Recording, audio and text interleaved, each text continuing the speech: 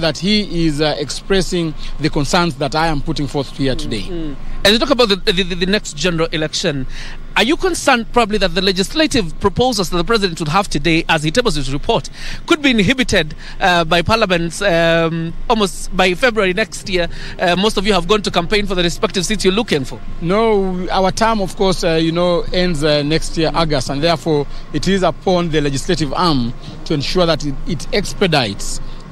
We've seen bills coming here. We saw the BBI bill coming here. It was passed within 2-3 weeks. And therefore, any other bill or legislation that is going to help us have a smooth transition, that is going to help us have a credible election, we are assuring Kenyans we are going to expedite the process and deliver the legislation in good time. We have seen some of the legislations, coming in. I've seen a bill by Majority Leader Amos Kimunya, seeking to amend the Political Parties Act and make, the formation of coalition of parties instead of a political party in terms of definition.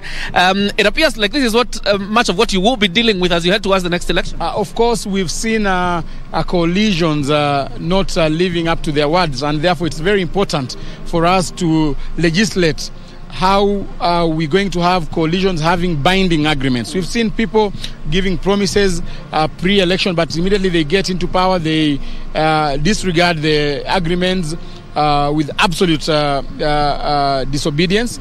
And we are saying that if it is legislated that you must uphold to the arrangements and the agreements you had as a coalition before the elections, I think that is a good thing. As pertains the having a corporate body in the name of a party in a coalition, the same way we had NAC in 2002, I think that is important because this country, we need to strengthen democracy, we need to strengthen party democracy in our country. And if we have coalitions coming up together as political parties, I think that is the best thing. I will personally be supporting that bill and ensuring that we strengthen coalitions. All right.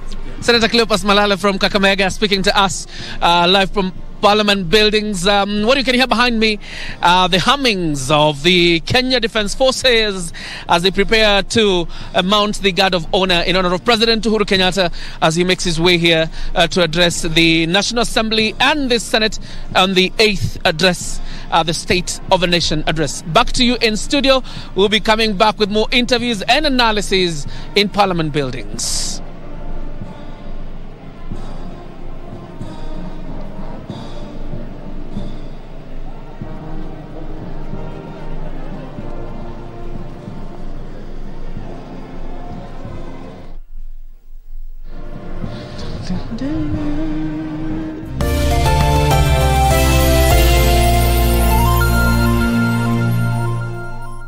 Ili kupata sikiza tuni hii ya usifadhaishwe, bonyeza star 811 star 961 hash. Usifadhaishwe na mafanikio ya wengine ukihisi kwamba maisha yako hayana maana. Kumbuka wengi huzungumzia tu mafanikio yao na si changamoto walizozipitia na ni mara ngapi walianguka. Tia bidii, muda wako utafika. Ili kupata sikiza tuni hii ya usifadhaishwe, bonyeza star 811 star 961 hash. This festive, choose joyful time. Get this done. Anytime. So good. Choose fist pumping. So good. I got you here. Heart thumping. I feel nice. Choose drama for days. Sugar and your stories. Choose joy. Choose an HD decoder, Dish Kit plus 1 month DSTV access for only 2,999 shillings and enjoy every moment with DSTV.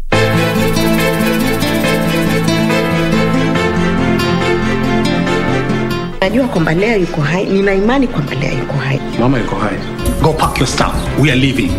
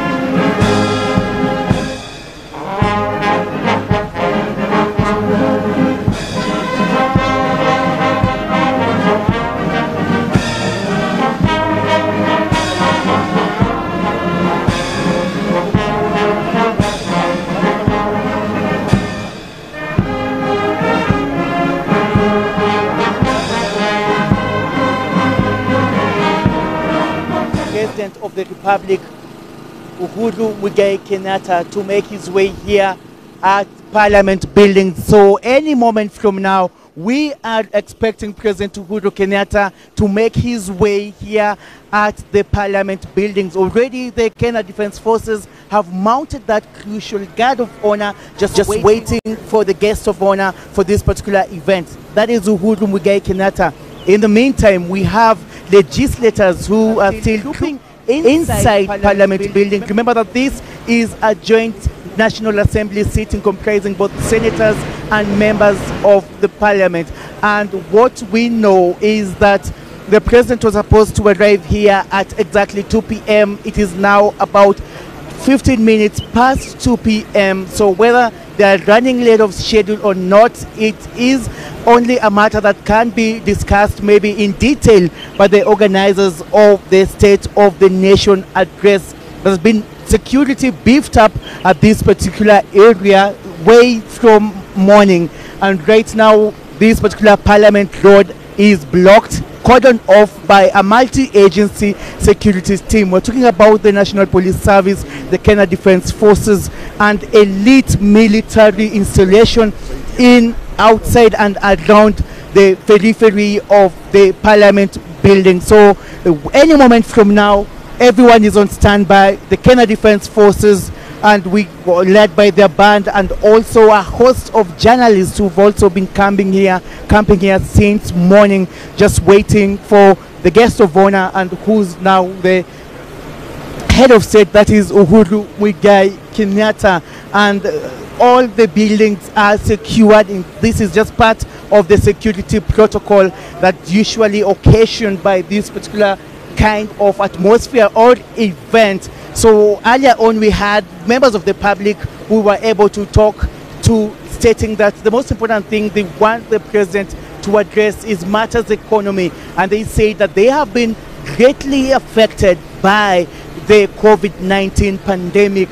And so it's now 2 p.m. We expected the head of state, at least his convoy, to group here at around 2 p.m. So we're talking about 15 minutes from 2 p.m. but still no sign of the head of state arriving here any moment now. But what we know is that everyone is on standby, and of course the roads heading to Parliament buildings have been cordoned off, and right now all eyes are inside the National Assembly, awaiting this particular crucial address from none other than President Uhuru Kenyatta. And like I said, security has been beefed up. Remember that this will be almost the second last for the head of state actually to address the nation in his capacity as the president of the Republic of Kenya. It is coming barely 10 months before the 2022 general elections. And like I said, the live pictures you're seeing from NTV right now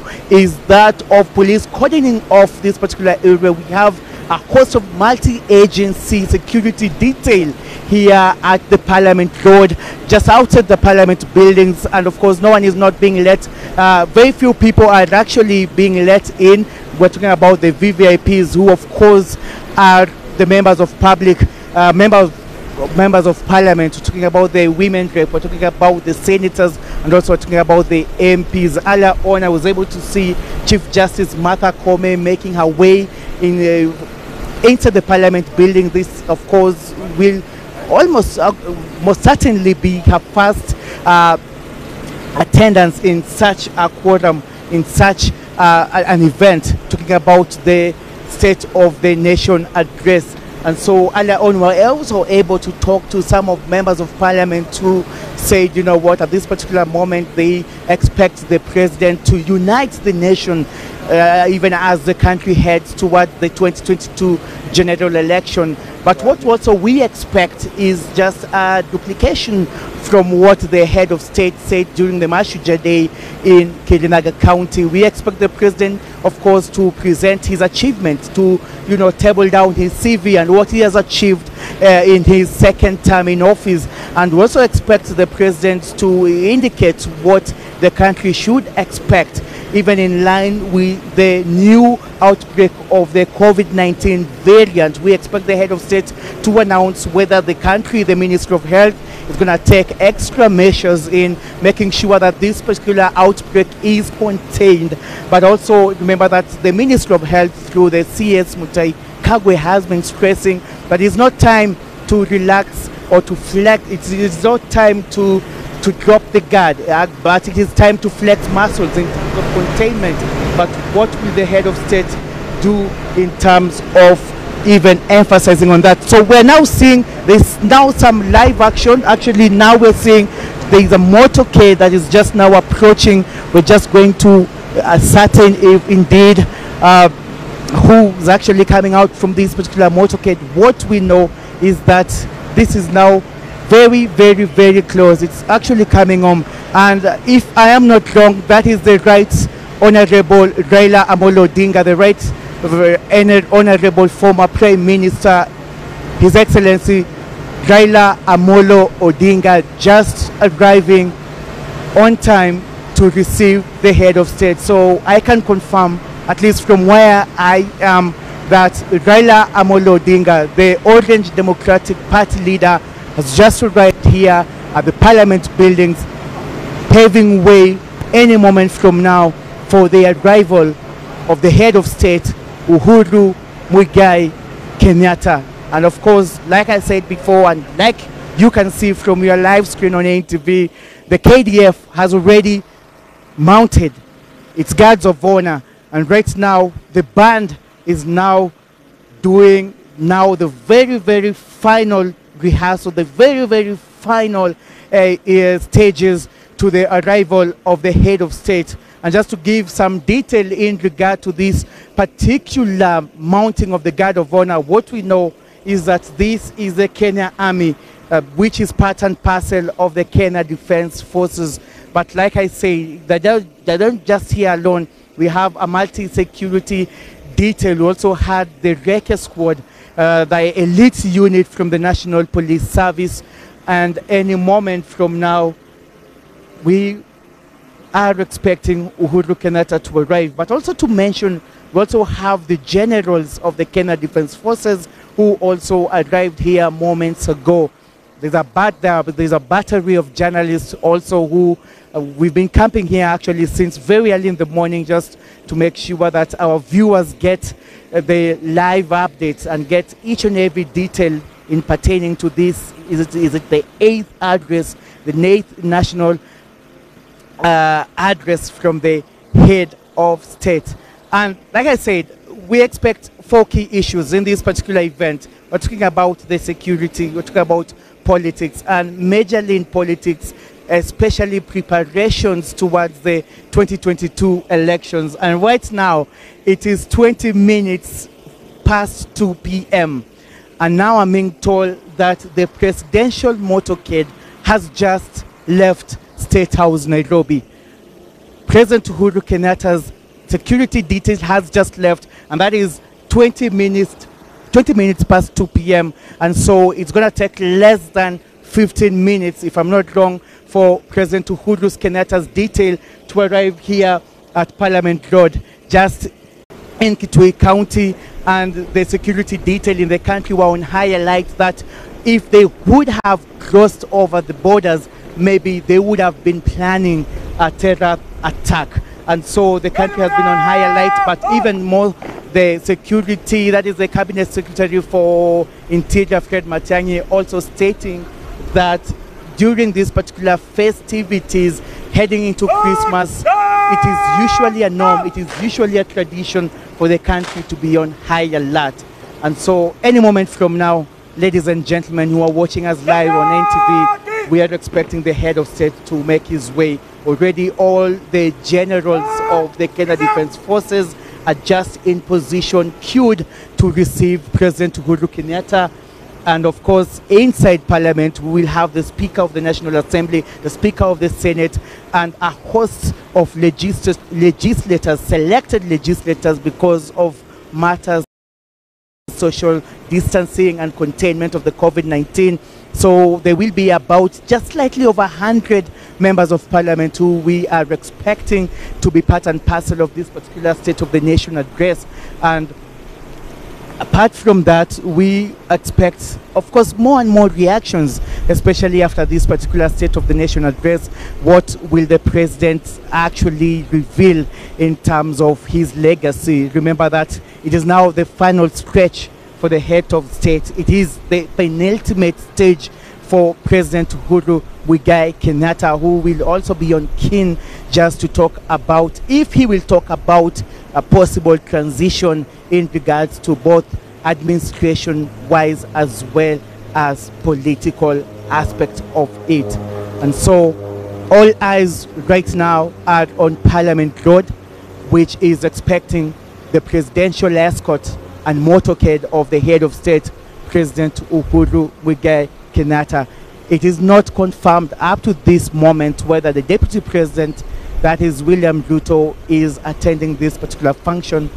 Who I was able to see just earlier on, moments ago, was the ODM leader, that is Raila Amolo Odinga.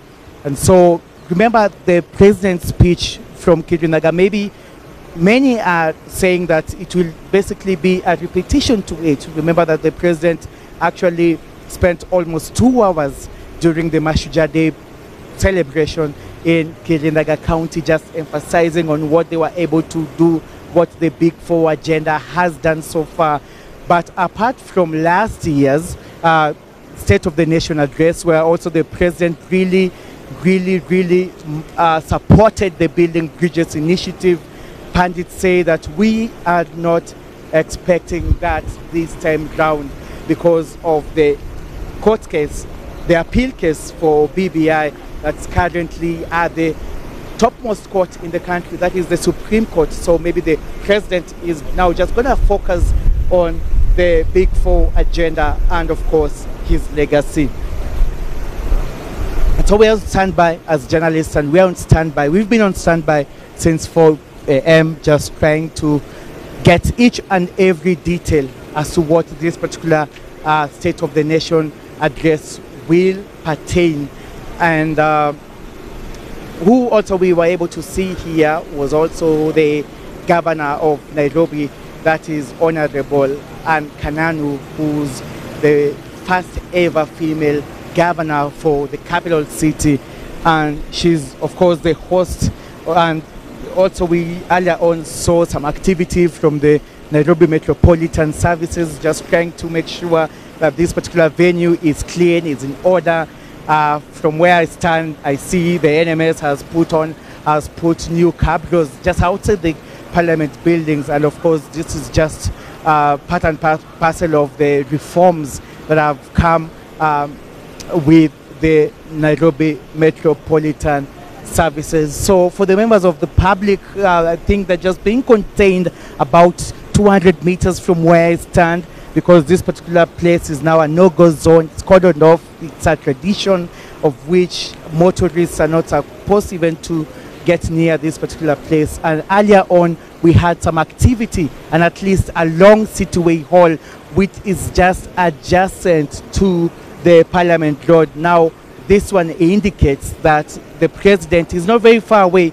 from arriving here at Parliament buildings. And so, these are live pictures from Parliament buildings, and it is now almost 2:30 p.m. The president has not arrived, but we are told that his motorcade already left State House and it's on his way. So any moment from now, we are expecting President Uhuru Kenyatta. And joining me here, of course, are my colleagues. We have Kennedy Muredi, there is Olive Barrows, and of course also have a host of other reporters from selected points, just getting reactions from citizens.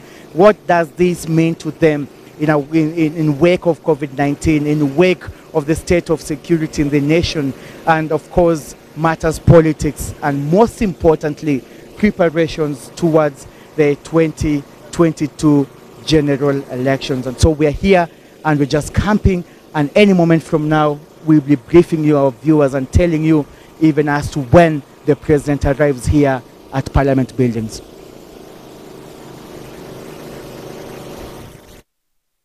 All right, there, Seth.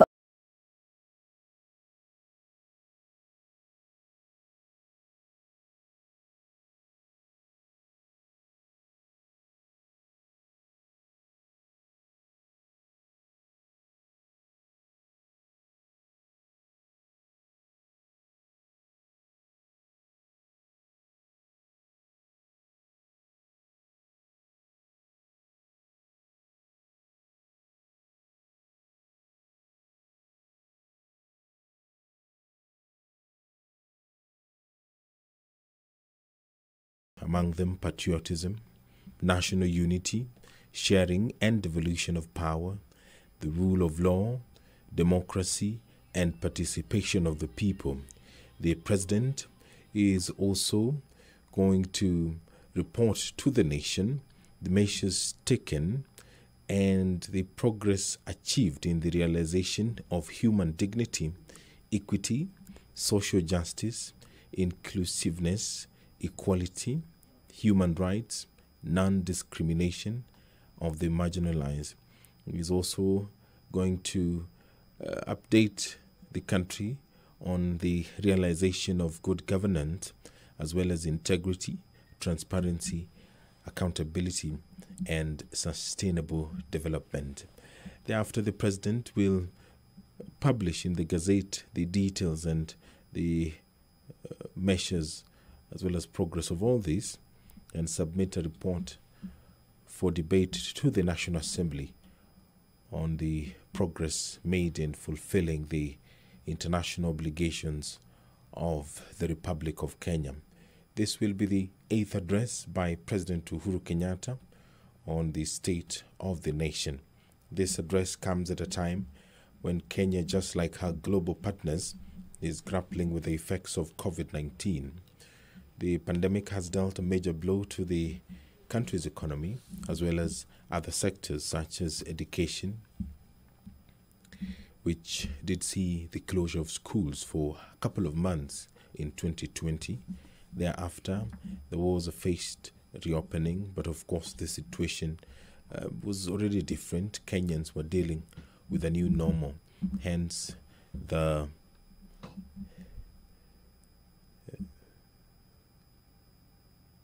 need for such an address to the parliament and the nation as a whole. Now, the address also comes at a time when Kenya is engaged in a fight of a lifetime, a fight for territorial boundaries against foreign aggression.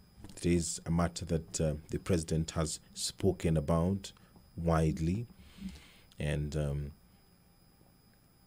as he gives the address, of course, Kenyans are alive to the fact that territorial boundaries remains one of the most important aspects, or one of the most important issues that this administration has been putting a lot of focus. So this afternoon, pursuant to the standing orders of the National Assembly, the President shall address a joint sitting, and at the conclusion of the President's address, the sitting shall stand suspended or adjourned as the Speaker may direct, until such a time or to such a day as may be specified by the Speaker. As soon as the President walks in, there will be a prayer by the Speaker of the Senate.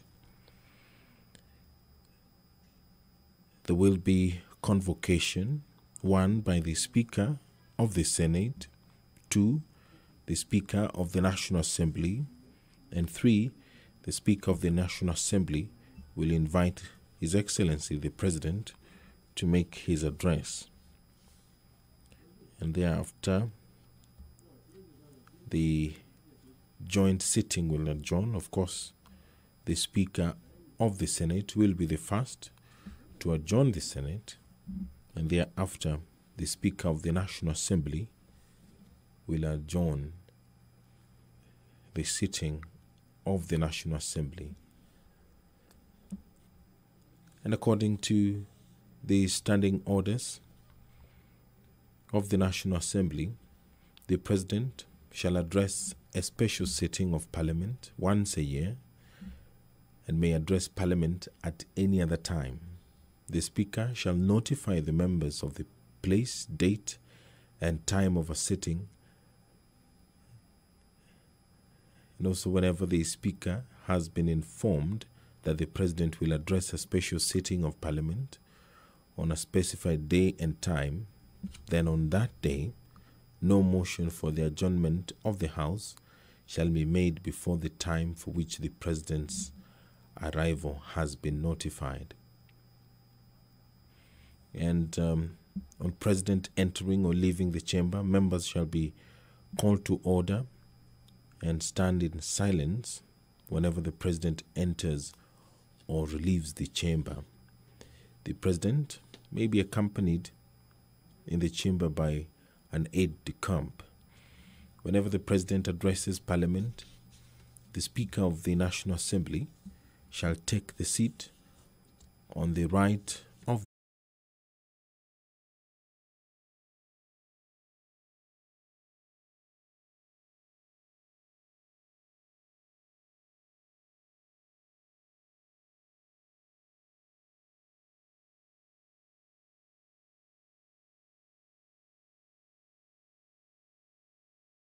as well in the vicinity. I am waiting to see if the Deputy President, this is just a bit of a cheeky comment, but I'm waiting to see the Deputy President arrive for this particular Well, actually, function. the Deputy President has just come in, Olive, Okay. and I know he's just going to stand outside waiting, and I know our camera person, Mulama, is on the outside just trying to get that all-important shot, and the indication that Deputy President William Ruto is here shows that in a few minutes the President is going to be here. But also we have to recognize that Olive Barrows is in Parliament today. She's arrived and she's already stealing the show. The number of people who are just saying hi to her are so many. But back to the subject, you can see the formation behind us. We can probably move and Fidel is able to see. You will see that the National Assembly Speaker is the first person on the queue, and that is basically the first person who's going to be said hi to by President Uhuru Kenyatta and his deputy William Ruto the moment they come in. Then we move on to the Speaker of the Senate, Kenneth Lusaka. Kenneth Lusaka is the other leader of the other House of Parliament. Then we go, you know that in seniority, the National Assembly is always higher than the Senate in the Kenyan setup. Then you go to the leader of majority in the National Assembly, and that is Amos Kimunya. Then you go to the leader of majority in the Senate. Then you go to Deputy Speaker Margaret Kamar. Then you go to the leader of minority. I'm just saying those who are here already. The leader of minority, that is John Mbadi. Then there is Nairobi Governor, Madam Anne Kananu, as some are calling her the new kid on the block. Then you go to the leader of parliamentary liaison, that is Adan Kainan. Then there is the other leadership of parliament that are here trying to form a formation just to make sure that they welcome President Uhuru Kenyatta and his deputy William Ruto into this. Remember, Deputy President William Ruto does not sit in the chamber.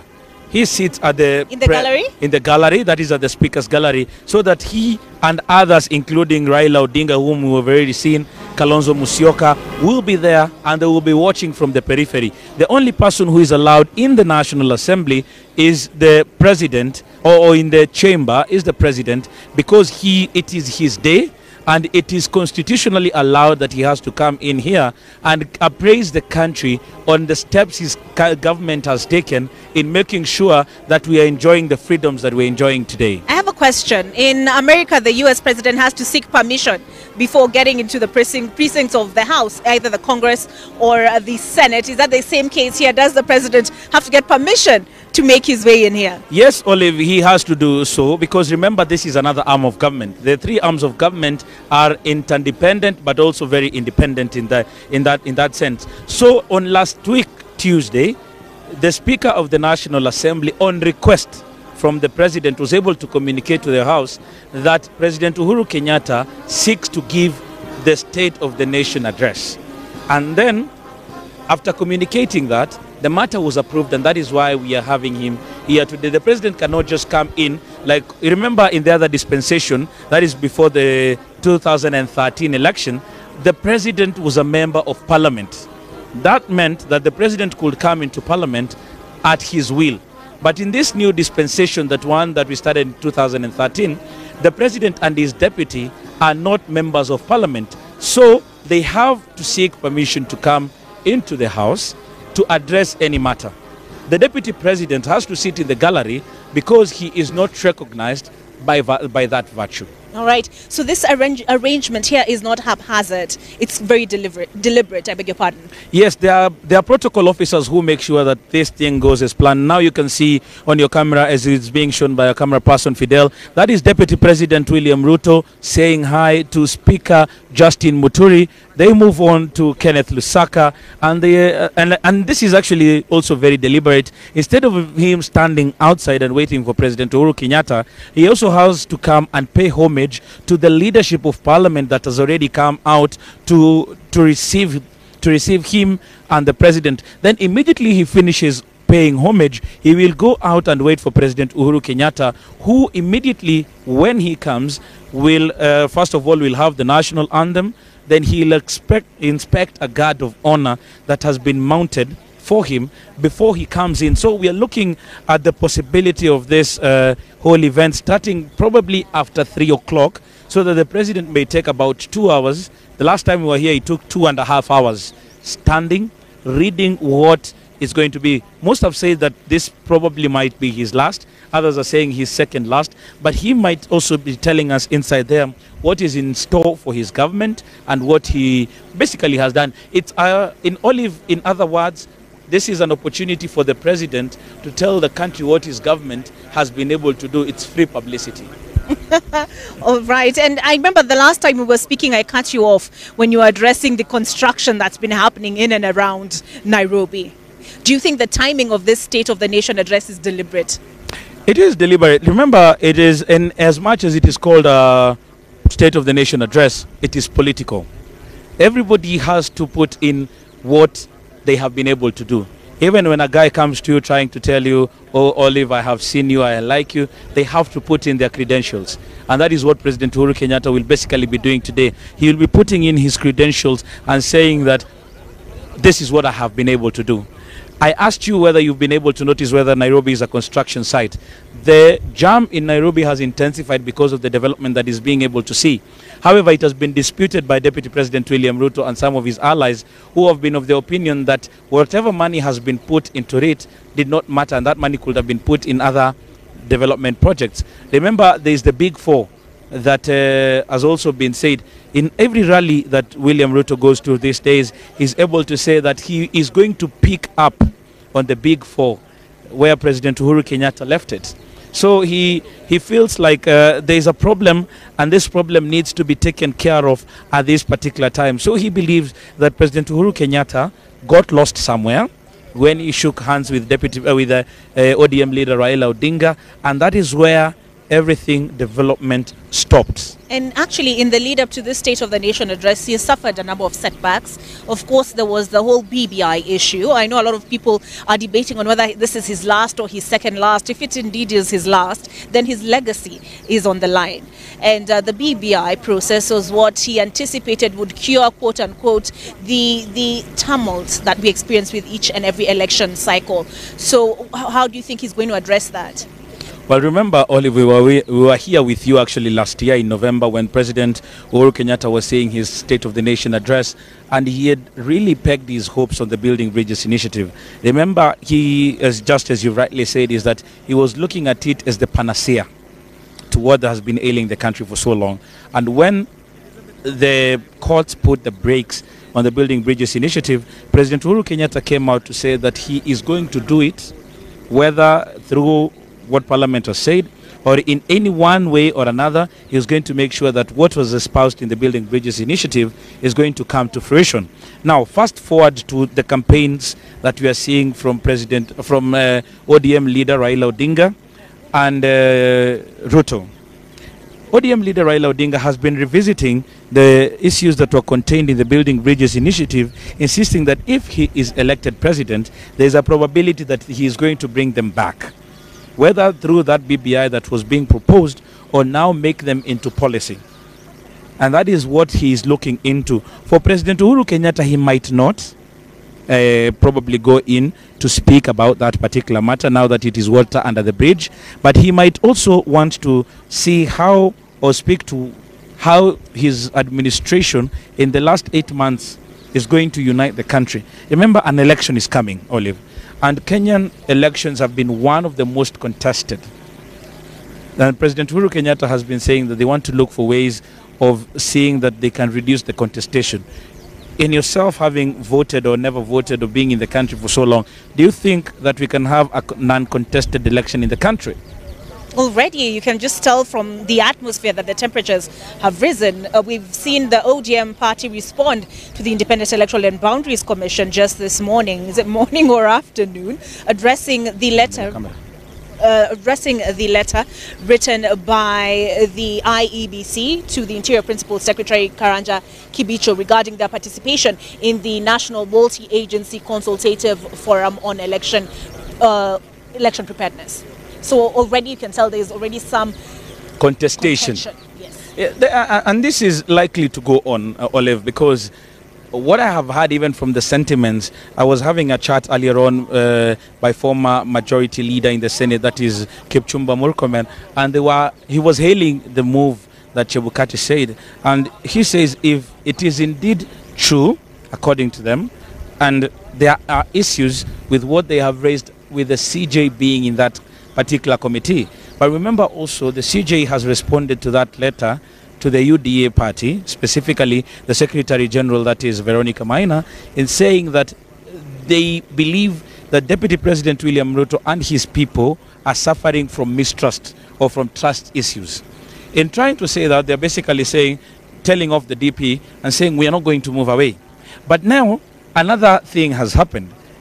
The most important person when it comes to elections, that is the IEBC in the name of the chairperson, Wafula Chebukati, has walked out. Yes. Now, how does that happen?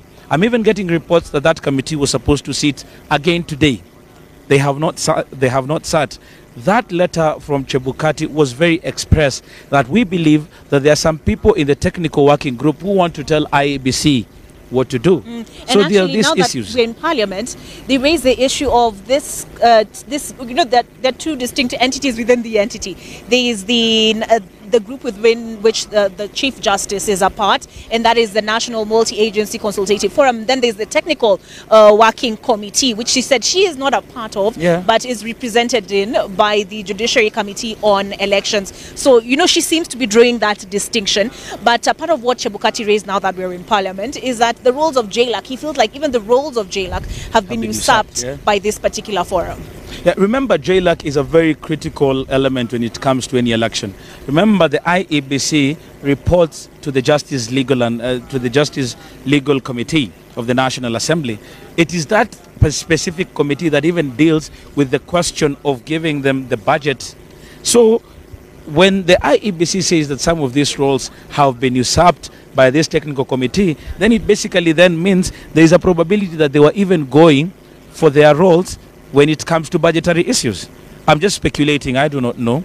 There are those who are even saying, but this is not confirmed, this is just political language.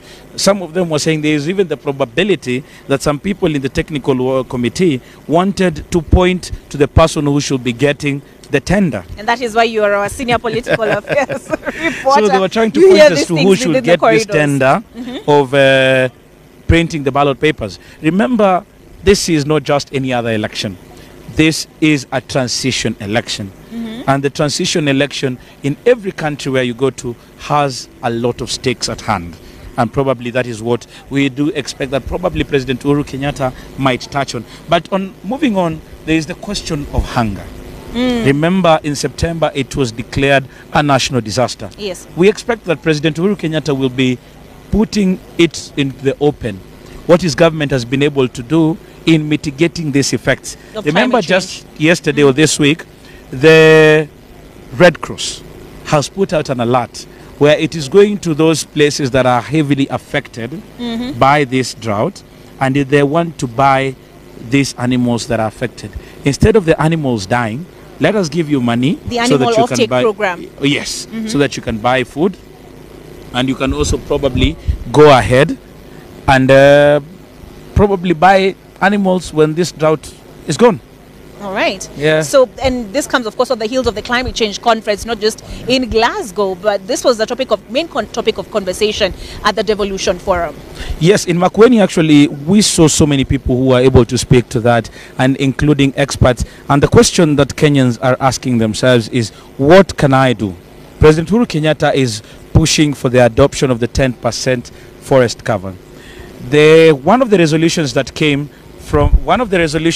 from that particular meeting in Makueni was also that governors were saying that the national government should, in consultation with counties, set aside some monies in the budget starting this budgetary cycle so that they can have money to conserve the environment. And this has come in so much, noting that from President Uhuru Kenyatta, who was saying that conserving and making the reverse so that we can have a better lifestyle, we can avert global warming, is money that is going into run into billions of shillings. Now in this, he's saying that there are already development partners who want to come in and help. But also, the national government and the county governments must play their part. Already, 33 county assemblies have passed laws that touch on climate change. 14 of them, or 6 of them, I'm not very sure, I have to go back to my notes. 6 or 14 of them have been able to look and pass laws that touch on how it is going to be funded. And these were the county assemblies that were being hailed, as more of them are now being called upon to do the same. Because if you go out of Nairobi, you might even question whether you are still in the same country with some of the people that you see. Those are valid points indeed. And speaking of the president's legacy, we've seen a lot of his projects also be defeated in court. And that could be, he could give that perhaps as a reason for why some of these projects haven't quite picked up as he would have intended. Do you expect him to take a swipe at the judiciary this afternoon? To be very honest with you, Olive, I think this time round the president might be having the judiciary aligned. And he might want to do so, but most of the projects, as you say, are political projects and projects in people. I have not seen most of the projects that are already ongoing that touch on money to the people that are being touched. These are some of them, like the CASs, are they called chief administrative officers? These are some of them that are being defeated in court. So President Uhuru Kenyatta might just come and speak to what he has been able to do, and also once again tell the country of how much kilometers he's been able to build in the different parts of the country. But also more so important is the question of the economy. Remember, it has been battered seriously with regards to the COVID-19 and what we've been experiencing as a country. Now, the COVID-19 pandemic, despite the fact that President Uhuru Kenyatta in October was able to open up the country and say, now go forth and party, because that is how Kenyans were able to interpret it.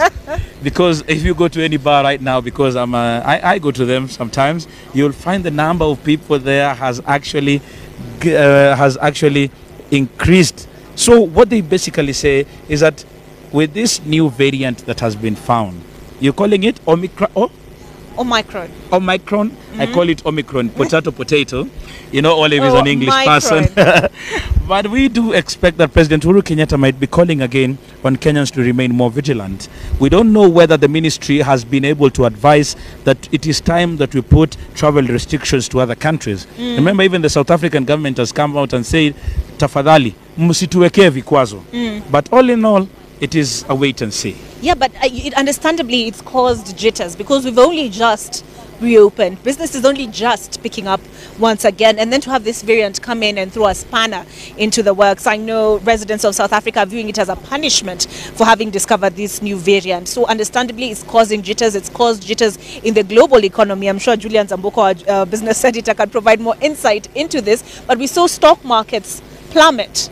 Wow. If those are the terms they use. I'm no expert in the world of business, but of course that is, as you said, something Kenyans will want to hear more about as he speaks this afternoon. Yeah, that is very true. But right now we just want to take you for a short commercial break as we wait for President Uhuru Kenyatta. But Olive and I will be here to give you a straight update on what is going.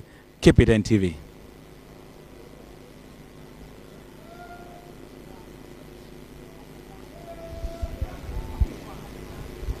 They're speaking to you? Miss Kanaskia Kitchen.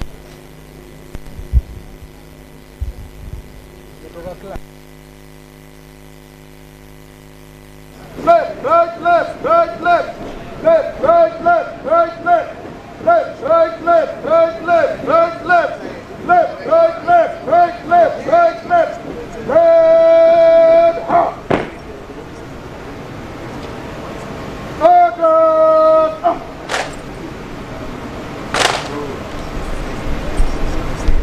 Cover off, Kuyaran, cover off. Cover off, Kuyaran. Cover off, Kuyaran. Standard! Hey!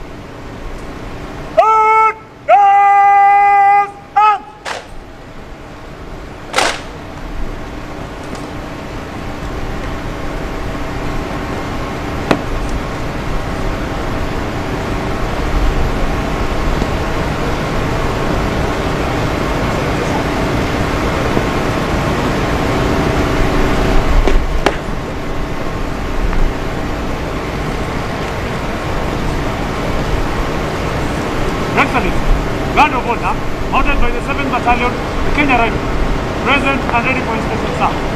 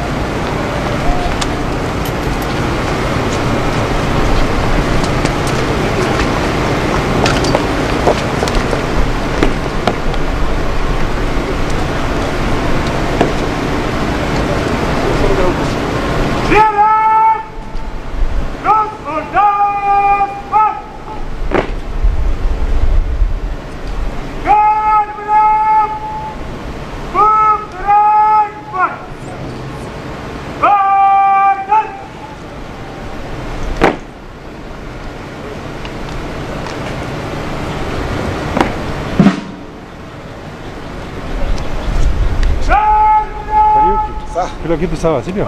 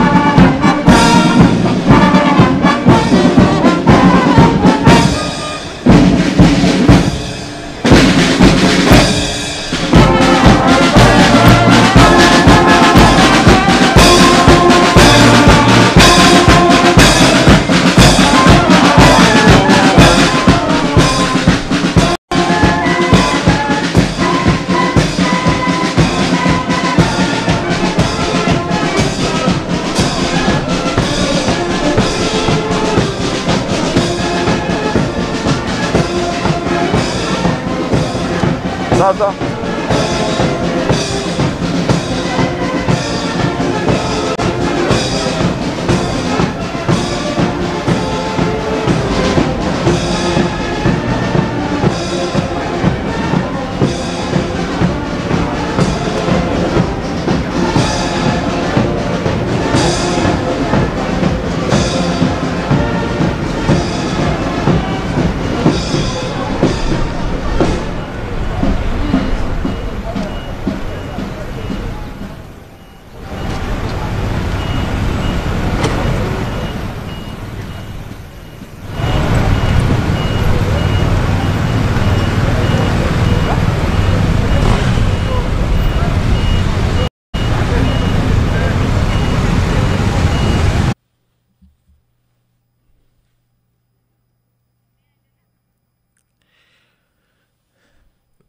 dignitaries are making their way to the gallery. Those are the generals, the top brass, the police service as well.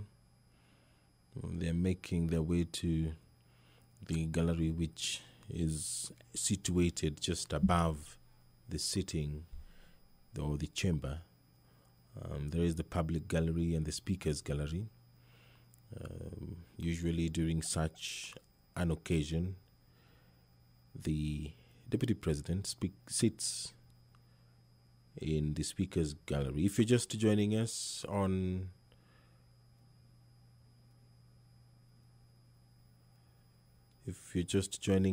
this is a special sitting, a joint sitting of the 12th Parliament, where the president will address a joint sitting of Parliament this afternoon. The President, pursuant to Article 132 of the Constitution, will report to the nation on the measures taken and the progress achieved in the realization of the national values, among them patriotism, national unity, sharing and devolution of power, the rule of law, democracy, and participation of the people, human dignity, equity, social justice, inclusiveness, equality, human rights, non-discrimination and protection of the marginalized, good governance, integrity, transparency, and accountability, and sustainable development. The President will then publish in the Gazette the details of the measures and progress of the realization of the values and submit a report for debate to the National Assembly on the progress made in fulfilling the international obligations of the Republic. This will be the 8th address by the President of Kenya, President Uhuru Kenyatta, on the state of the nation this afternoon, the 30th day of November 2021. This broadcast is courtesy of the Parliamentary Broadcasting Unit in conjunction with the Kenya Broadcasting Corporation. A joint sitting of the Senate and the National Assembly, such as this, is provided for in the standing orders, both the National Assembly and the Senate. In the National Assembly, it is Standing Order 21 to 25. The President shall address the opening of each of newly elected Parliament. At the conclusion of the President's address, the President the sitting shall stand suspended or adjourned, as the Speaker may direct, until such a time or to such day as may be specified by the Speaker. The President shall address a special sitting of Parliament once every year and may address Parliament at any other time. The standing orders also state that the Speaker shall notify the members of the place, date and time of a sitting, and whenever the Speaker has been informed that the President will address a special sitting of Parliament on a specified day and time, then on that day, no motion for the adjournment of the House shall be made before the time for which the President's arrival has been notified. The President has arrived in Parliament, and any moment now, he will make his way into the chamber, accompanied by the two speakers, and he will address this joint sitting, which is a provision of the Constitution of Kenya. Members shall be called to order and stand in silence whenever the President enters or leaves the chamber. The President may be accompanied in the chamber by an aide-de-camp. This sitting, any sitting of Parliament, is reserved for members of Parliament and the Sergeant-at-Arms, as well as the clerks. So anyone who accesses the chamber without authorization is a stranger in the house. But the provisions of the standing orders of the National Assembly makes room for the aide-de-camp of the President to accompany the head of state and government into the chambers of the National Assembly.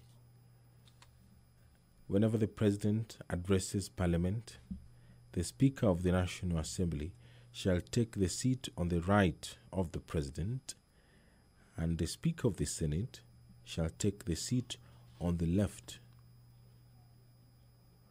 of the President. At any sitting held under this standing order, the Speaker of the National Assembly shall preside and shall be assisted by the Speaker of the Senate. So this afternoon, the Speaker of the Senate will say the prayer, and thereafter there will be a convocation by the Speaker of the Senate, and thereafter the convocation by the Speaker of the National Assembly. And the Speaker of the National Assembly will be the one to invite the President to make his State of the Nation address. And thereafter, the Houses will adjourn. First, by the Speaker of the Senate, and two, by the Speaker of the National Assembly. When delivering an address to the House, the President shall be heard in silence, and the address shall not be followed by any comment or question. Whenever the President delivers an address, a member may, as soon as practicable thereafter, lay the address on the table of the House following the reading of such address. A member may give a notice of motion that, quote-unquote, the thanks of the House be recorded for the exposition of public policy contained in the address of the President delivered on 30th of November 2021. But debate on the motion shall be capped to just 4 sitting days. The standing orders of the National Assembly also provides for an address by visiting dignitary. The provisions of the Standing Order 24 may apply when there is a foreign dignitary who has been invited to address a joint sitting of Parliament. The Speaker may, in consultation with the leader of the majority party and the leader of the minority party, allow a visiting head of state or other such visiting dignitary to address the Assembly, and may, in consultation with the Speaker of the Senate, arrange for a joint sitting of Parliament for purposes of an address by such visiting head of state or such other visiting dignitary. Standing Order 23 which talks about the president entering or leaving the chamber, and paragraphs 1, 2, 3, and 4 of the Standing Order 24, which speaks about the time that the president is addressing the joint sitting, how the speakers are required to sit, where the Speaker of the National Assembly is required to sit on the right of the President, and the Speaker of the Senate is required to sit on the left of the President. These standing orders do also apply when there is a foreign head of state or any other dignitary who has been invited to address either the National Assembly or a joint sitting of the Senate and the National Assembly. If you're just joining us, any moment now, the President of the Republic of Kenya will walk into the chambers and will give the 8th address, the State of the Nation address, where he is expected to report to the nation the measures taken and the progress achieved in the realization of the national values which are contained in the Constitution. Democracy is a national value which is contained in the Constitution, as well as participation of the people. Human dignity is also listed as a value in the Constitution of Kenya. So is equity, social justice, equality, human rights, non-discrimination, and protection of the marginalized. Good governance is also listed among the national values which the President is expected in his address to update the country on the progress and measures taken to realize that as well. The President has in the past used such an address or occasion to speak about what the country is doing to protect its territorial boundaries. Right now, as Kenyans are aware, the country is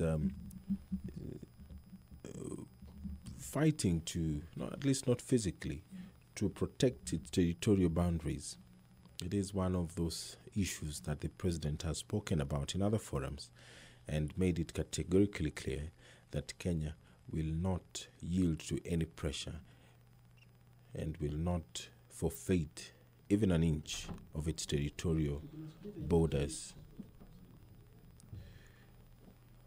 In the previous addresses as well, the President has spoken about the war on corruption. He has often updated Kenyans on what is being done and the progress which has been made as far as the fight on graft is concerned.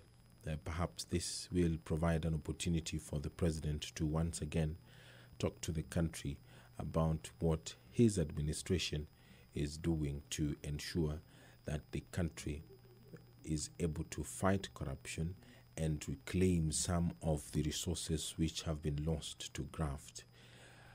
The President also in his previous addresses to a joint sitting of Parliament has spoken about the Big Four agenda, which this administration is anchored upon. Manufacturing is one of those areas that this administration has paid a lot of focus on.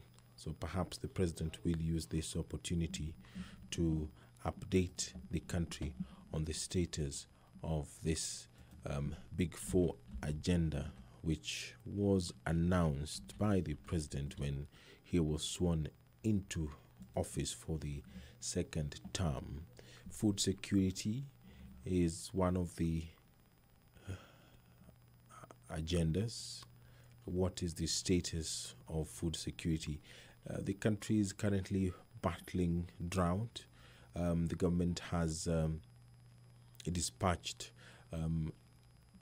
a raft of measures and relief food aid, as well as cash transfer to cushion some 2 million Kenyans, more than 2 million Kenyans, spread out in more than 10 counties.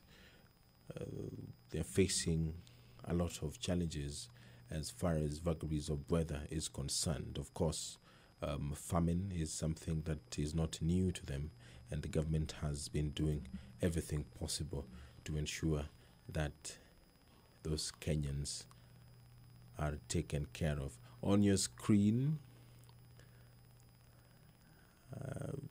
there's an indication that the president will appear, and he will take the red carpet and make his way to the chambers. On your screen right now is a corridor that leads to the members' lounge. That corridor leads to the members' lounge, and it also leads to the chambers of the National Assembly.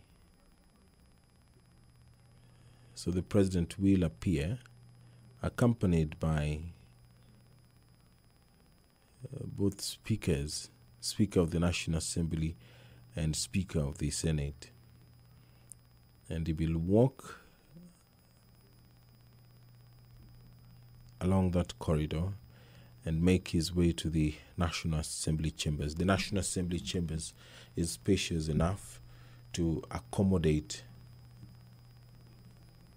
all the members of Parliament. This includes the members of the National Assembly and the senators.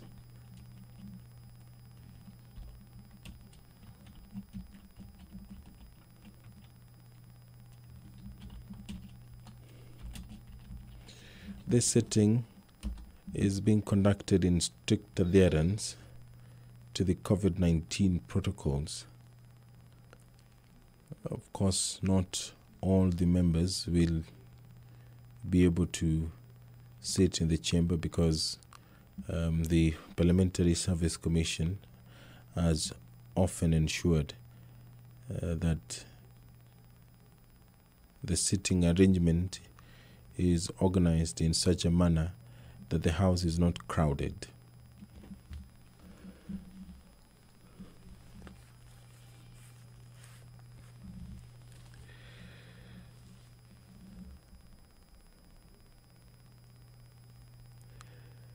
The joint sitting of Parliament, such as this, provides Kenyans with an opportunity to listen to such an address by the head of state and government. And this sitting, this particular sitting, will provide Kenyans with an opportunity as well to listen to the steps which the government is taking to ensure that affordable housing, one of the pillars of President Uhuru Kenyatta's administration, the progress of that, how many Kenyans have been able to be accommodated in this particular program, how many have been able to gain access to affordable housing, universal health care, how many Kenyans are under the National Hospital Insurance Fund, how many Kenyans are able to provide the basic of care. And also, in terms of manufacturing, how many Kenyans have been able to set up manufacturing firms, and what is the status of the manufacturing sector in Kenya. And in terms of job creation, how many jobs have been created over the last 12 months, because the State of the Nation address takes place once every year.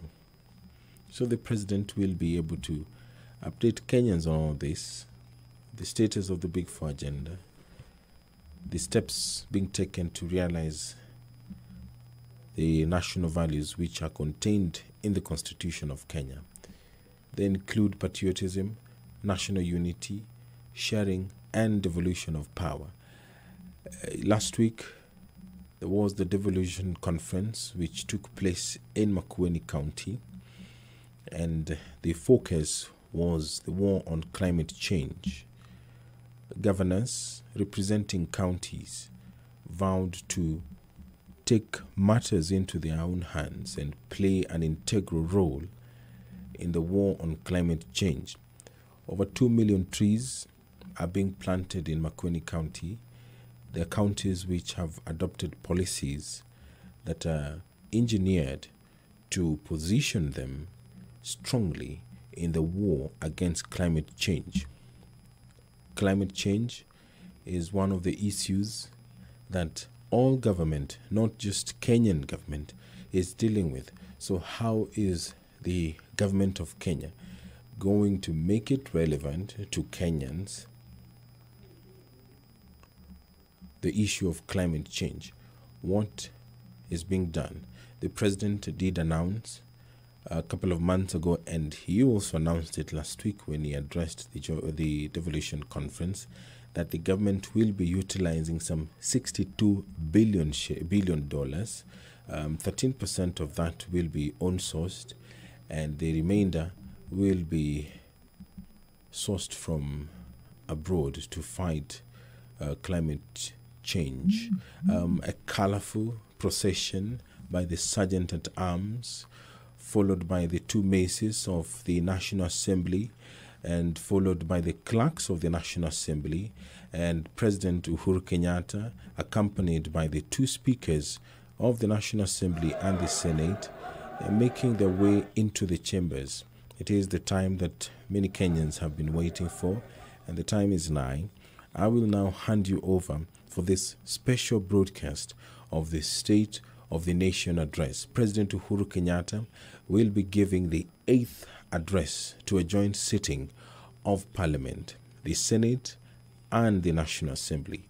Members will be upstanding as President walks into the chamber to address them and address the country on the state of the nation. My name is Edward Kabasa. Now I hand you over for this special.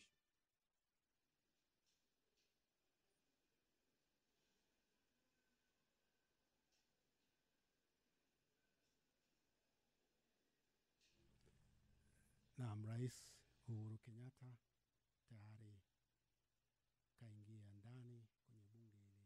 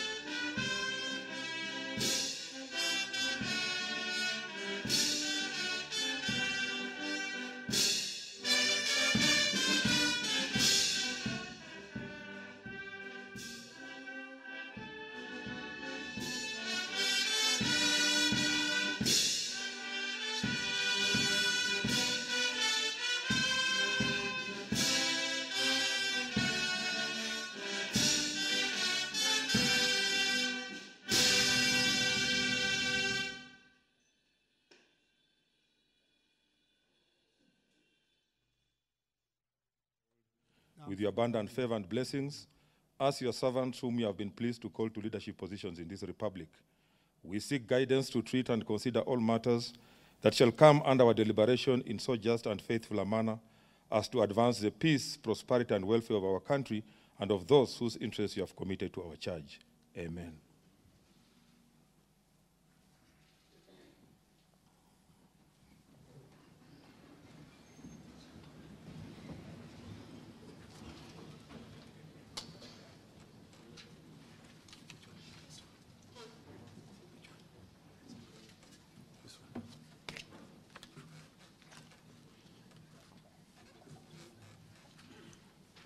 Your Excellency, Honorable Uhuru Kenyatta, CGH, President of the Republic of Kenya, and Commander-in-Chief of the Kenya Defense Forces. The Right Honorable Speaker of the National Assembly, Honorable Justin B. Muturi, EGH MP, Honorable Members of Parliament, Article 1321B of the Constitution of Kenya requires the President to address a special sitting of the Parliament of Kenya once every year and any other time.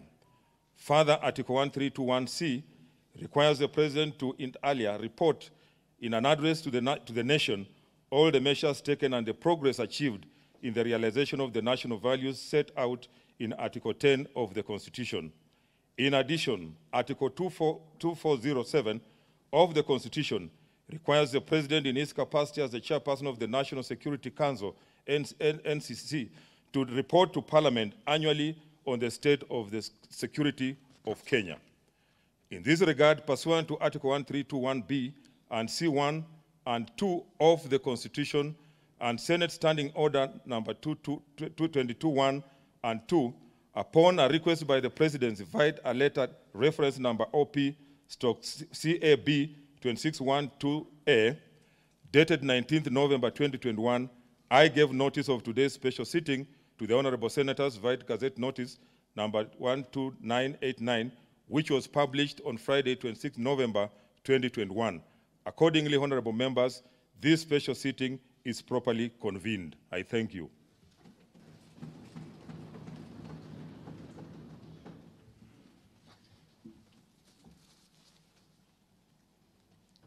Your Excellency, the Honorable Uhuru Kenyatta, CGH, President of the Republic of Kenya and Commander-in-Chief of the Kenya Defense Forces, the Honorable Speaker of the Senate, Right Honorable Senator Kenneth Lusaka, EGH, Honorable Members of Parliament, Article 132, Clause 1 of the Constitution of Kenya requires the President to address a special seat achieved in the realization of our national values.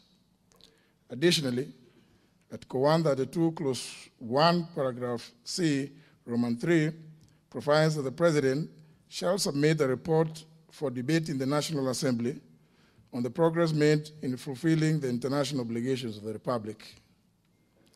In this regard, honourable members, by way of a message to the House dated 19th of November 2021, His Excellency the President conveyed his desire to address a joint sitting of the Houses of Parliament today, 30th of November 2021. Consequently, pursuant to provisions of Article 132, Clause 1, Paragraph B and C, Romans 1 and 2 of the Constitution and the provisions of Standing Order number 22 of the National Assembly Standing Orders, by Gazette Notice number 12823, which was published in the Kenya Gazette on 23rd of November 2021, I gave notice of this special sitting to the members of the National Assembly. Accordingly, honourable members, this special sitting is properly convened. Your Excellency, allow me, in the usual parliamentary practice, to recognize part of the distinguished guests who are with us today.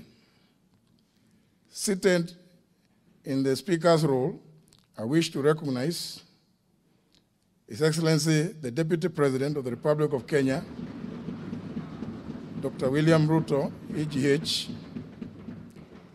the Chief Justice of the Republic of Kenya, the Honorable Lady Justice Martha Koome, CBS, the former Prime Minister,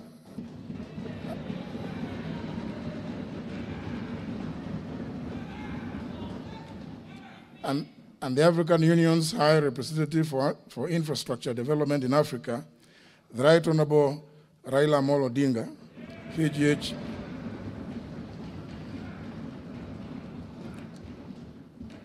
former Vice Presidents of the Republic of Kenya, the Honorable Dr. Stephen Kalonzo Musyoka, EGH,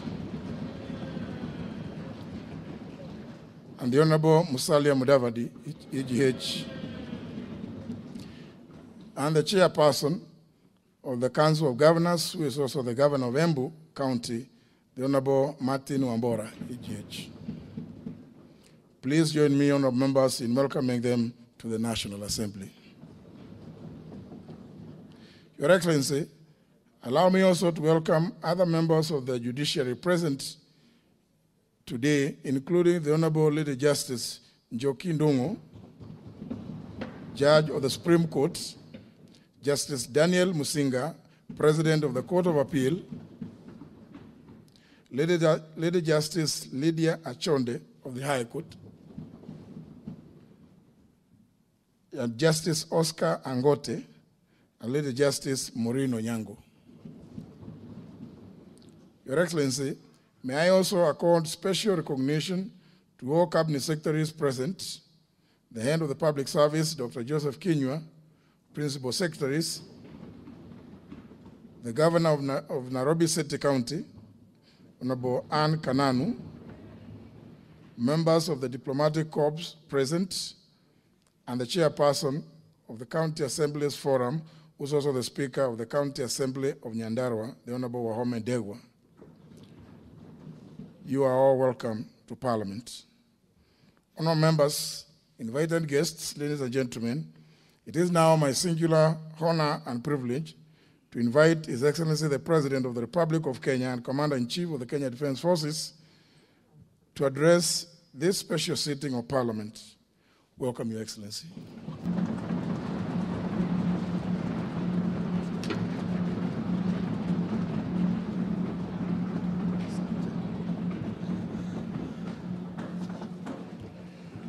Thank you very much.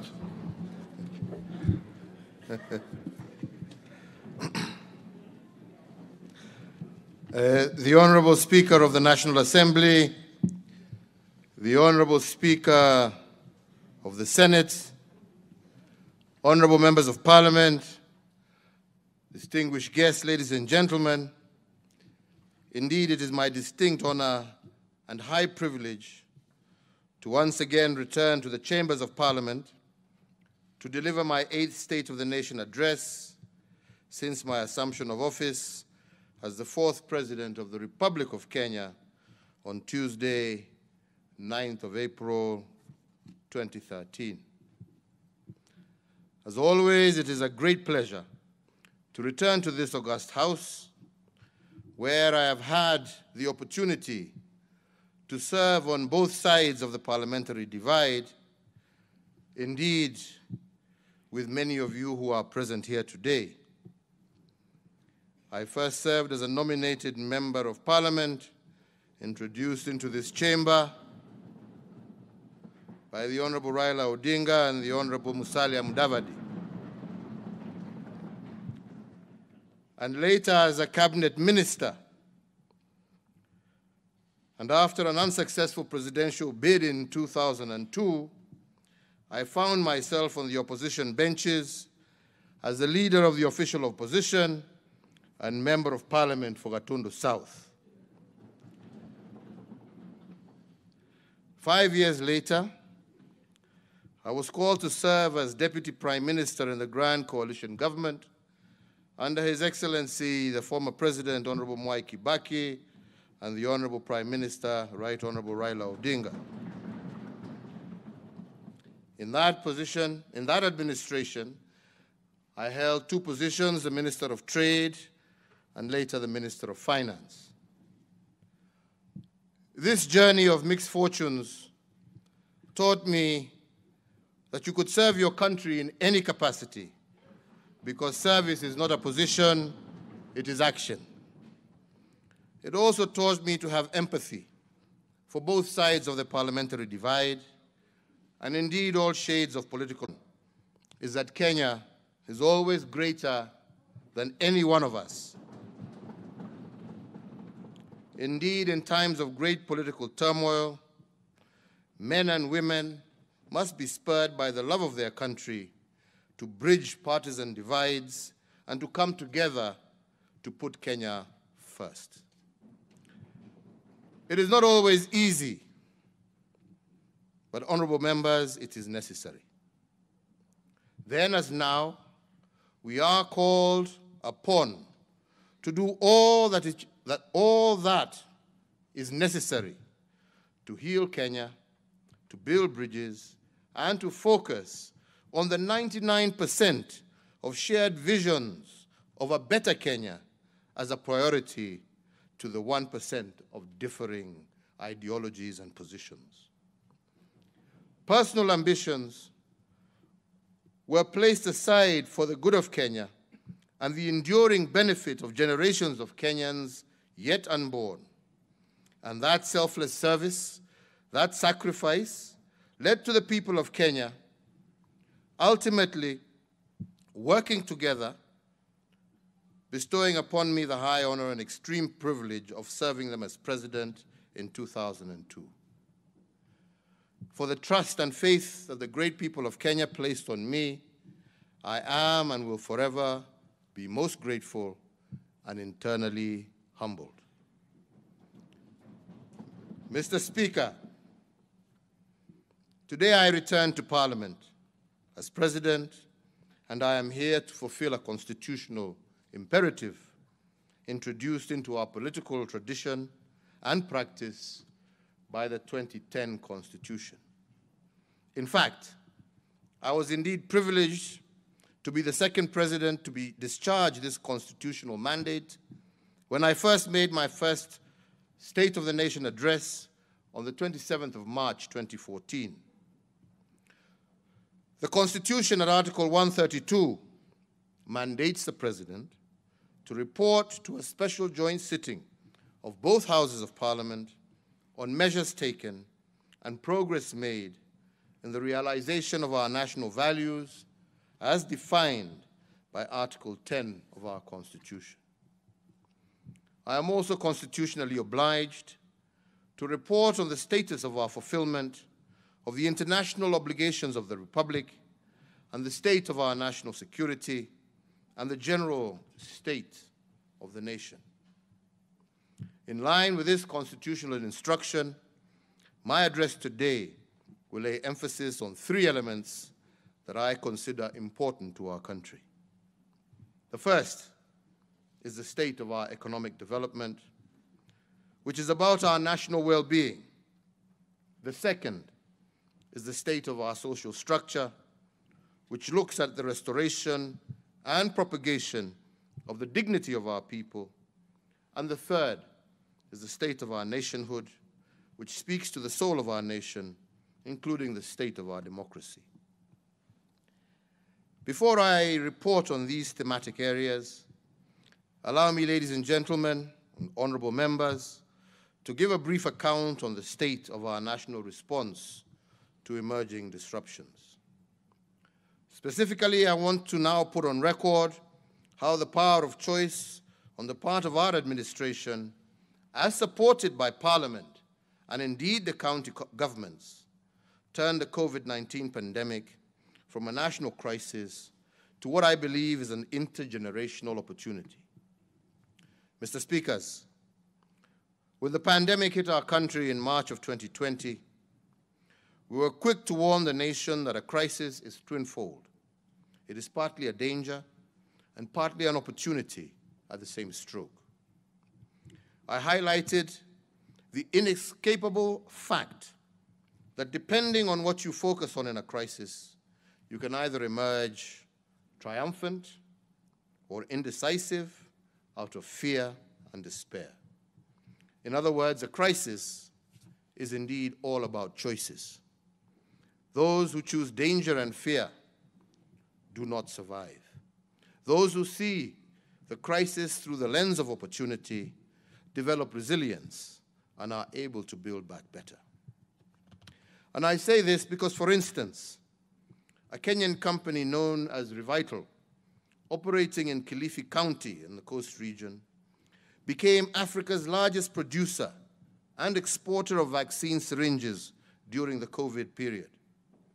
In 2020 alone, Revital exported 70 million COVID syringes to over 20 countries globally. In fact, Revital currently has the capacity to produce 300 million COVID vaccine syringes every year. The global shortage for COVID vaccine syringes stands at 2 billion, and this itself is taking advantage of opportunity. This means that Revital is able to produce 1 out of every 10 COVID vaccine syringes globally. The company saw opportunity in the crisis of COVID, adopted accordingly, and innovated its business processes to optimize on the new opportunity. Another company in the same league is Hela, a global apparel-making company with a foothold here in Kenya. In the first months of the pandemic, this company changed its strategy from producing clothes to producing PPEs and face masks.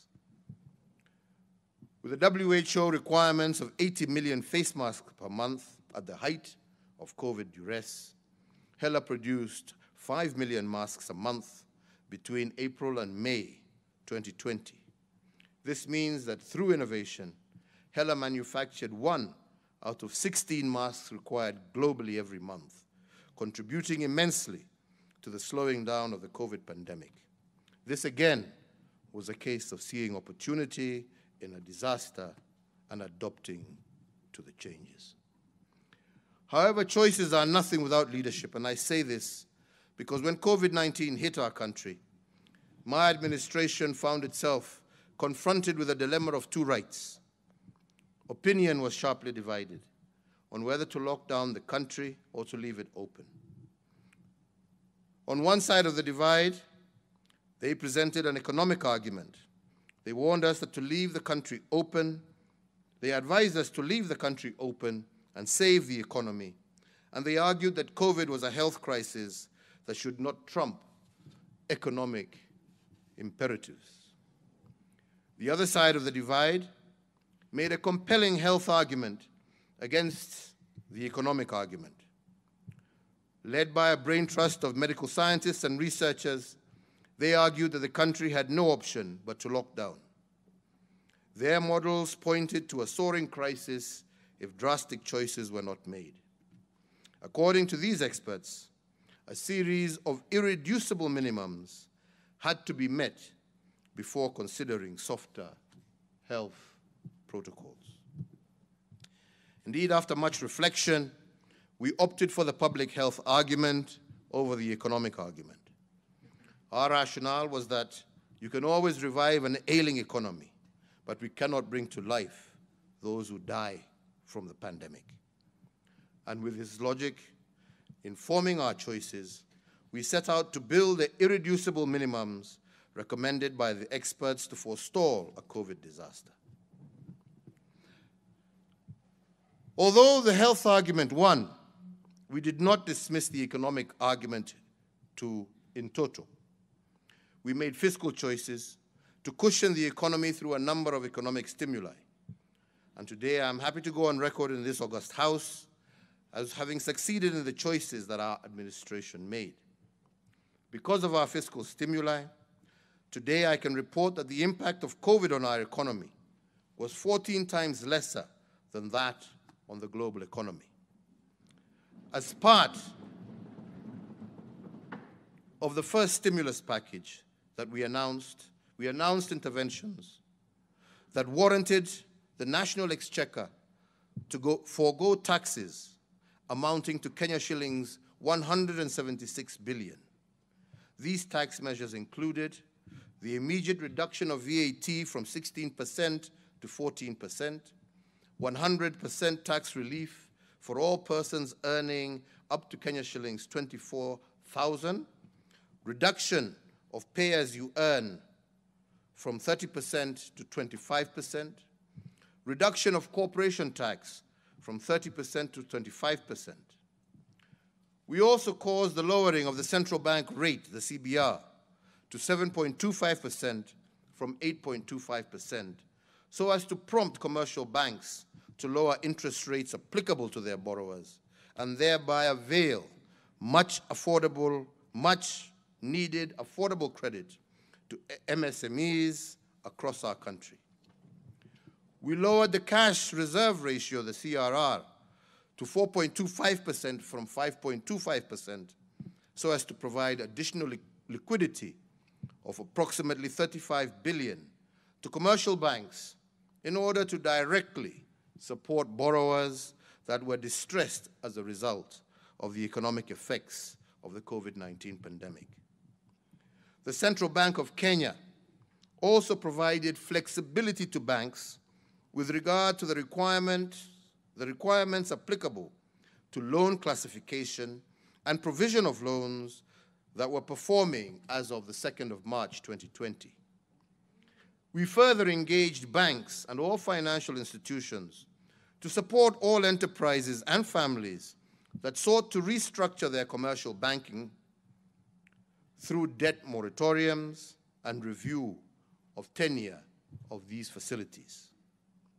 There was a temporary suspension of the listing of the credit reference bureaus of any person, micro, small, and medium enterprise, and corporate entities whose loans had fallen overdue or was in arrears. The Kenya Revenue Authority was directed to expedite the payments of all verified VAT refund claims amounting to some 10 billion shillings, or in alternative, allow for the offsetting of withholding VAT in order to improve cash flows for businesses. The 6 billion shillings from the Universal Health Coverage Kitty was immediately appropriated strictly towards supporting counties in the recruitment of additional health workers to support in the management of the spread of COVID-19. Subsequently, we rolled out the second stimulus package with the support of this House, whose tenant was an 8-point economic stimulus program amounting to some Kenya shillings 56.6 billion. The first element of the 8-point program focused on Buy Kenya, Build Kenya policy. On local infrastructure development, we allocated 10 billion towards the National Hygiene Program, dubbed Kazi Mtaani Initiative. The program was conceptualized as an extended public works project aimed at utilizing labor-intensive approaches to create sustainable public good in the urban development sector. The program has so far secured gainful engagement to over 750 youths engaged in the improvements to the environment and hygiene and in the rehabilitation of access roads, footbridges, and other public infrastructure through local labor. The second was on education, with an additional 6.5 billion to the Ministry of Education to hire an additional 10,000 teachers and 1,000 ICT interns to support digital learning and the acquisition of 250,000 locally fabricated desks. The third element of the program targeted small and medium enterprises through an injection of Kenya shillings 5 billion as seed capital for the SME Credit Guarantee Scheme. The intention here was to provide affordable credit to small and micro enterprises. The fourth focused on universal health coverage through acquisition of locally made beds. The fifth element of the stimulus program focused on agriculture. We prioritized 3 billion for the supply of farm inputs through e-vouchers, targeting 200,000 small-scale farmers, and a further 1.5 billion to assist flower and horticultural producers to access international markets in a period where we had a shortage of flights into and out of our country. Tourism was the sixth area of target for the stimulus program. To jumpstart this important sector and to protect its players from heavy financial losses, we provided soft loans to hotels and related establishments through the Tourism Finance Corporation, and a total of 2 billion was applied towards renovation of facilities and the restructuring of business operations by actors in this industry. To mitigate the impact of deforestation and climate change, and to enhance the provision of water facilities, we rehabilitated wells, water pans, and underground tanks in arid and semi-arid areas, and we applied Kenya shillings 2.5 billion for flood control measures and our Greening Kenya campaign. The eighth and final element was a stimulus program was manufacturing. As a strategy, we enforced the policy on Buy Kenya, Build Kenya, and we set aside an initial investment of 600 million shillings to purchase locally manufactured vehicles. This was expected to sustain the operations of local motor vehicle manufacturers and their attendant employment of workers. Mr. Speakers, the foregoing interventions help to reinforce the resilience of our economy while cushioning millions of households against the effect of the economy. And in that regard, while most economies in the world shrunk, Kenya's economy grew at 0.3 during the 2020 period, despite the COVID challenge.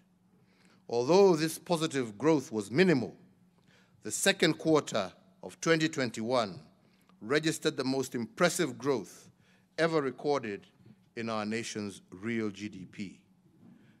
During the second quarter of 2021, real GDP recorded a phenomenal 10.1% growth, and this is the highest growth ever recorded in one quarter in Kenya's history. It is also the first time Kenya has hit a double-digit growth number. The last time Kenya's economy got close to this kind of performance was in 2010, during the Grand Coalition government, when the economy hit an 8.4% growth rate. And it was this impressive trajectory that led me to announce the 13-point interventions unveiled on Mashujaa Day this year to cushion the economy with a further Kenya shillings 25 billion as our third stimulus package, pushing the aggregate of our stimuli over the COVID period to Kenya shillings 257 billion.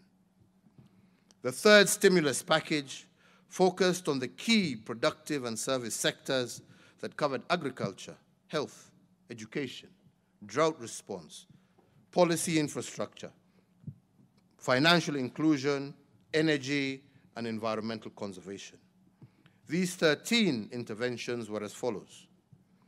The first intervention was in the tea subsector, where I am pleased to confirm that we have supported the tea subsector with Kenya shillings 1 billion in support of fertilizer subsidy for our tea farmers, securing our nation's top agricultural export, and happy also to report that our tea farmers are today receiving the highest pay that they have received in many, many years. The second intervention was in the sugar subsector, and I note with satisfaction that smoke is once again billowing in our public sugar mills, following the allocation of Kenya shillings 1.5 billion in aid of the sugar sector that is being applied towards factory maintenance and the payment of farmers' arrears.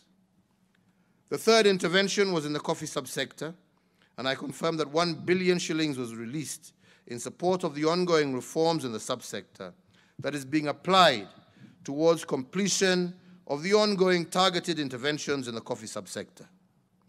The fourth intervention was in the livestock subsector. The Kenya shillings 1.5 billion National Livestock Offtake Program is on course in support of communities adversely affected by the ongoing drought in Asal counties. The fifth intervention was also in the livestock subsector, and I confirm that the interventions geared towards the reduction of the cost of animal feeds are well on course. The sixth intervention was in education.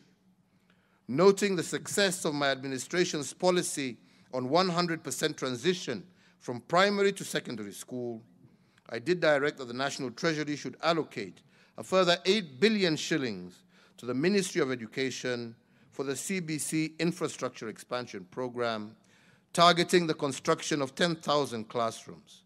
And I am most pleased to confirm to the nation that all the county's works and constructions of the classrooms should commence by early December 2021. The seventh intervention was in health, to enhance access to medical coverage across our country, and as part of our universal health coverage program, I did direct the Ministry of Health to establish an additional 50 new level 3 hospitals to be situated in both non-covered areas as well as densely populated areas across our nation. And I also directed the National Treasury to allocate the sum of 3.2 billion for the immediate construction of these new medical facilities. The 8th intervention was the National Sanitation Program. We started this program, as I said earlier, to harness the energy of our young people and to give them a buffer against COVID-related unemployment. Noting the success of Kazi Mtaani program and its effect in enhancing opportunities for the youth across our country, we did require the National Treasury to allocate a further 10 billion shillings for the 3rd phase of the Kazi Mtaani program to cover youths and to be rolled out in all our counties across the country. The 9th intervention was on energy and petroleum. Being fully aware of the positive strides being made in our economic recovery and cognizant that the gains stand the risk of being eroded by high energy prices, I am pleased to confirm that we are on course to institutionalize the sought reforms. The 10th intervention was on access to credit. Critically, I asked the National Treasury and the Central Bank of Kenya to consider suspending the blacklisting of creditors with loans below Kenya shillings 5 million at the Credit Reference Bureau, in a move that targeted retaining the bounce-back potential of the foundation of our economy. As the 11th intent, I also asked the National Treasury and the Central Bank of Kenya to consider revising the maximum amount an individual or enterprise can withdraw or deposit from a bank that previously stood at 1 million shillings, which was not supportive of our current business environment. I'm glad to report to Parliament that as of the 8th November 2021, the Central Bank of Kenya issued a notice suspending the listing of negative credit information for borrowers with loans below Kenya shillings 5 million, and that fell into arrears from October 1st, 2021 to September 30th, 2022. This will give the MSMEs 12 months to reorganize themselves and to adapt to the new economic normal. I am also happy to report that the Central Bank of Kenya is at an advanced stage of revising the 1 million threshold for cash deposits and withdrawals in the banks. This will facilitate easy transactions for MSMEs and help the economy respond to COVID shocks. The 12th intervention was a digital financial services subsector. In recognition of the importance of the digital financial services, especially in the small-scale traders and households at large, I did direct the National Treasury to engage all digital payment providers with the aim of deepening and expanding the use of payment channels.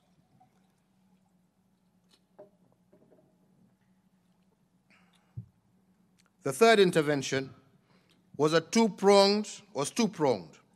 One in the area of vaccination against COVID-19 as part of our national response to the COVID-19 pandemic. We rolled out a national vaccine deployment plan aiming at vaccinating 10 million adults by June of 2022 and approximately 16 million by June of 2023. With regard to the COVID-19 vaccine production, we have set out to implement the lessons of self-reliance, which was one of the key learning points of the pandemic. As the first step towards this goal, we established the Kenya Biovax Limited, a venture that would locally produce anti-COVID-19 vaccines. I therefore directed the Ministry of Health to operationalize the company to form and fill an eventual manufacture of our locally produced vaccines by Easter of next year. Honorable members, ladies and gentlemen, at this point I would like to take special note of the resilience of our revenue collection systems under the Kenya Revenue Authority. For the first time, KRA has exceeded its revenue collection target despite the COVID stress over the economy.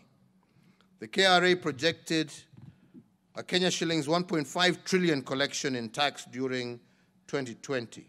They collected Kenya shillings 1.67 trillion, which was in excess of their projected intention. But on this note, I must report on the sterling performance of KRA, not only under the COVID duress, but in the last 8 years of our administration. In the last eight years, KRA has collected Kenya shillings 10.8 trillion cumulatively in revenues. This means that in just 8 years, KRA has collected the equivalent of Kenya's total GDP. It also means that on average, KRA collected 1.3 trillion shillings every year. Honorable speakers, honorable members, to accelerate the turnaround of our micro, small, and medium enterprises under the ease of doing business government agenda, my administration has implemented remarkable reforms over the years. These measures have not only improved the country's business climate, they have also mitigated the challenge and bottlenecks impacting business. The key reform that we have implemented include the full automation of business registration services, re-engineering of the application for power, water, and sewer connection, and the automation of the land registration process. In addition, we have adopted e-payment, e-filing, and e-service at the commercial divisions of the High Court and fully operationalized the Small Claims Court, which has seen disputes involving SMEs, mostly our young people, being resolved within a record 60 days and thus freeing capital locked up in legal disputes. Equally important is the full automation and streamlining of the payment of taxes in order to ease the burden of compliance and the redesigning of the import and export processes, which has reduced the cost while improving efficiency of our ports, among other notable reforms. Mr. Speakers, as an affirmation that our reforms on ease of doing business are bearing dividend, just last week we scored a global first with the President of the European Investment Bank, who was in the country to witness the official opening of the European Investment Bank's first regional hub outside the European Union. The Nairobi Regional Hub will cover 11 countries in Eastern and Central Africa and will act as a pilot for the setting up of other EIB regional hubs into the future. This speaks to our administration's agenda to position Nairobi as an international financial center. But an even better example of COVID resilience is the strengthened relationship between the national and county governments. Although the National and County Government Summit has operated smoothly since it became effective, I must admit that the COVID pandemic revitalized its energy. Whenever we gathered as a summit during this crisis, the consciousness of the entire nation was called to order. We put asunder the political dynamics of the moment, and our only business became Kenya. We demonstrated in word and in deed that devolution is a powerful driver of social economic development, and it creates synergies and acceleration points that in turn generates tangible benefits for all Kenyans. We understood very well that to overcome the crisis, we had to act as one. Rather than allowing the nation to succumb to COVID fatigue, we came together and galvanized our people towards strength, resilience, and building back better. Where others stumbled and fell, we rose and soared. During the COVID stress period, the national and county governments demonstrated their true leadership. Nothing demonstrates this better than the strengthening of our healthcare systems under the dark cover of the COVID-19 pressure. When the COVID pandemic hit our country, we had in ICU bed capacity only 180 beds countrywide. This translated to an average of 2 ICU beds in each county. But in the face of COVID, this reality was a disaster. But given the collaboration between the 2 levels of government, we increased ICU bed capacity by 502% during the COVID period. Equally important to note, during the COVID-19 pandemic, we had the capacity only to generate 3 million liters of oxygen per day in March of 2020. Today, I am proud to say that we have improved our oxygen generation capacity in public health facilities by 10 times to 32 million liters per day as of October 2021. Kenya can be proud of one more innovation. In March of 2020, we had only 1 laboratory that could test notifiable diseases of international concern. In fact, we had to send our tests for notifiable diseases to South Africa. When the COVID pandemic hit our country, we had to wait 5 days for the South African laboratories to send us results. Today, we have moved from 1 testing laboratory to 95 well-equipped laboratories. What is it then that we have learned from the COVID disaster? We have learned that our solutions must be homegrown. That is why we have commissioned a vaccine development project for disruptive viruses like COVID-19 to serve not only Kenya, but the region at large. Mr. Speakers, another national reminder of the opportunities we seized during COVID-19 was the site of the Likoni Channel crossing in Mombasa. Previous scenes of Mombasa residents congested along the Likoni ferry are now a thing of the past. The iconic Likoni floating bridge, built in a record time of 6 months and opened to the public in December 2020, sees over 150,000 residents cross the channel on a daily basis in an orderly, safe, and secure manner. This has not only allowed for the efficient management of time and mobility across the channel, but significantly moderated the incidences of COVID-19 transmission and contributed to our overall disease mitigation strategy in the coastal region. Kenya has taken pride of place through this initiative, a first of its kind in the region, linking Liwatoni on Mombasa Island with Ras Bofu on the Likoni mainland, and we intend to adopt such innovative approaches and learning to deliver on similar challenges in our various sectors. In sum, Mr. Speakers, COVID was both a danger and an opportunity. But because we focused on the opportunity side of the crisis, now Kenya has developed the necessary infrastructure for rolling out the universal health coverage outreach. But of equal importance, our COVID innovations in the area of health have propelled us to a place where Kenya can become a destination for health tourism for the region and beyond. Honorable members, ladies and gentlemen, I cannot end this COVID part of my address to Parliament without paying tribute to the people of Kenya for their commendable civic responsibility in the fight against COVID-19. While my administration provided leadership and action, our people supported us with self-sacrifice and civic duty. As you will recall, very early in the pandemic, I did warn our people that the government cannot police the morality of its citizens.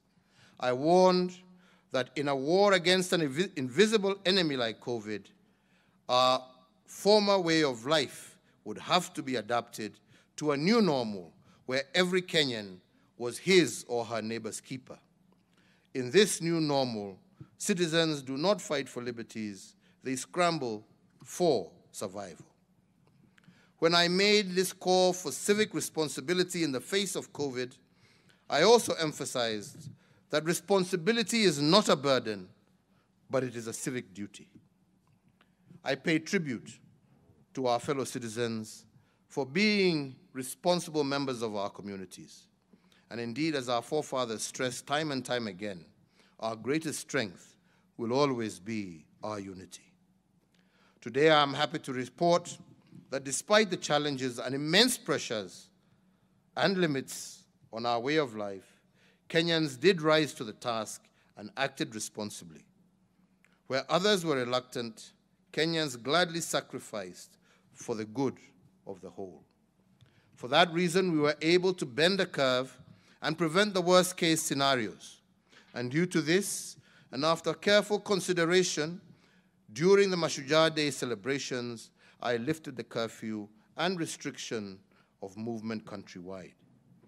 Once again, as we have always done, we have shown that Kenyans are a people who put country above self, neighbor above individual, and we are a people who firmly believe in exercising our rights and freedoms in a responsible and purposeful manner. While a few battles have been won, the war against COVID is not yet won, and we cannot rest on our laurels.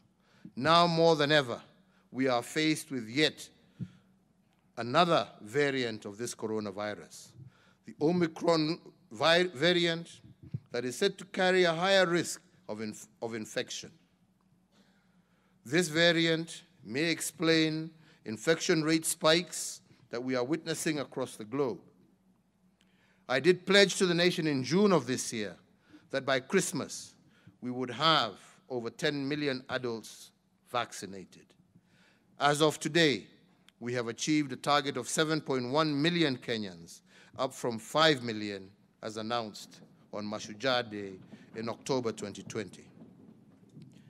Mr. Speakers, to fortify our national resolve against COVID-19, and in honor of all those Kenyans that we have lost to the disease, I do urge today all Kenyan adults to visit their nearest medical facility to receive their COVID-19 vaccinations. The COVID-19 vaccines are in stock across our country and in all our counties, and already with a daily average rate of over 100,000 vaccinations, we have a much smaller target to meet within the next 25 days. I therefore once again call on all Kenyans to rally under the call of 25 days to Christmas to secure their vaccinations, to meet and surpass the target that we set ourselves. And I invite the media in all its various forms to use their platforms to perform the social good and promote the vaccination campaign. This new variant's profile, as for now, remains unknown. It is therefore better to err on the side of caution. By receiving our vaccinations, we will have played our part in securing not only our own lives, but also in protecting the lives of those around us. Let us be responsible in this endeavor. That shot in the arm is the most powerful weapon against the disease that has ravaged the world. That shot in the arm of every adult Kenyan will also be a shot in the arm for our economy and our social institutions. It ensures that we can conquer, that if we can conquer and put this disease aside and fully return to normal, we can continue on our growth trajectory. No Kenyan should hold back from this perfectly safe and free way to protect yourself, your family, your neighbors, your colleagues, and the nation at large. Let us tear down this disease, ladies and gentlemen. Mr. Speakers, throughout our history, the collective task of nation building has been guided by the shared aspirations of eradicating the indignities of ignorance, disease, and hunger.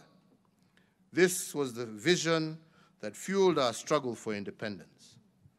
Post-independence, every Kenyan generation and every administration since has sought to do all within its means to finally slay the three-headed monster that has plagued us for over many centuries. To steer the nation towards a path for the realization of these aspirations, the people of Kenya entrusted the responsibility of actualization of that vision on the elected and appointed state officials and officers to whom the powers of our nation have been delegated to.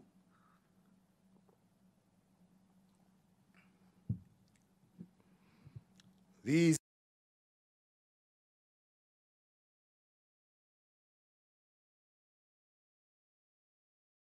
members of the Senate and 2,240 members of the county assemblies.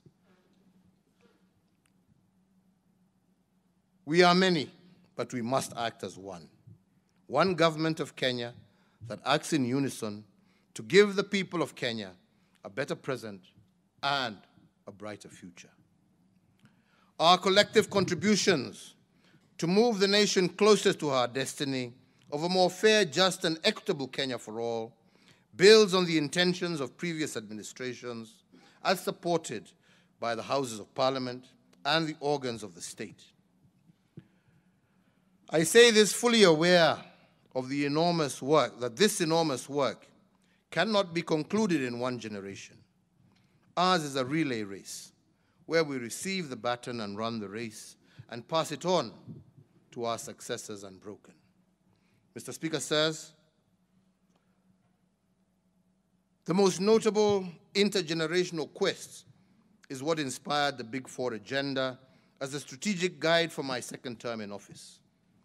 To do so, my administration and our colleagues in both tiers of government had to make commitments towards a transformation in 4 key areas of intent. The first one is liberating our people from the poverty of dignity caused by inadequate services. The second is transitioning our people, especially our youth, is building a holistic base of human capital that is food secure and health assured. And the fourth is the restoration of the dignity and the pride inherent of one owning a decent home. Mr. Speakers, I will now give an account of what my administration has done not only in the last year, but what we have attempted to do in the last 8 years as well. And I will use the last 8 years to give this august Houses a scale against which everything that my administration has achieved is to be measured.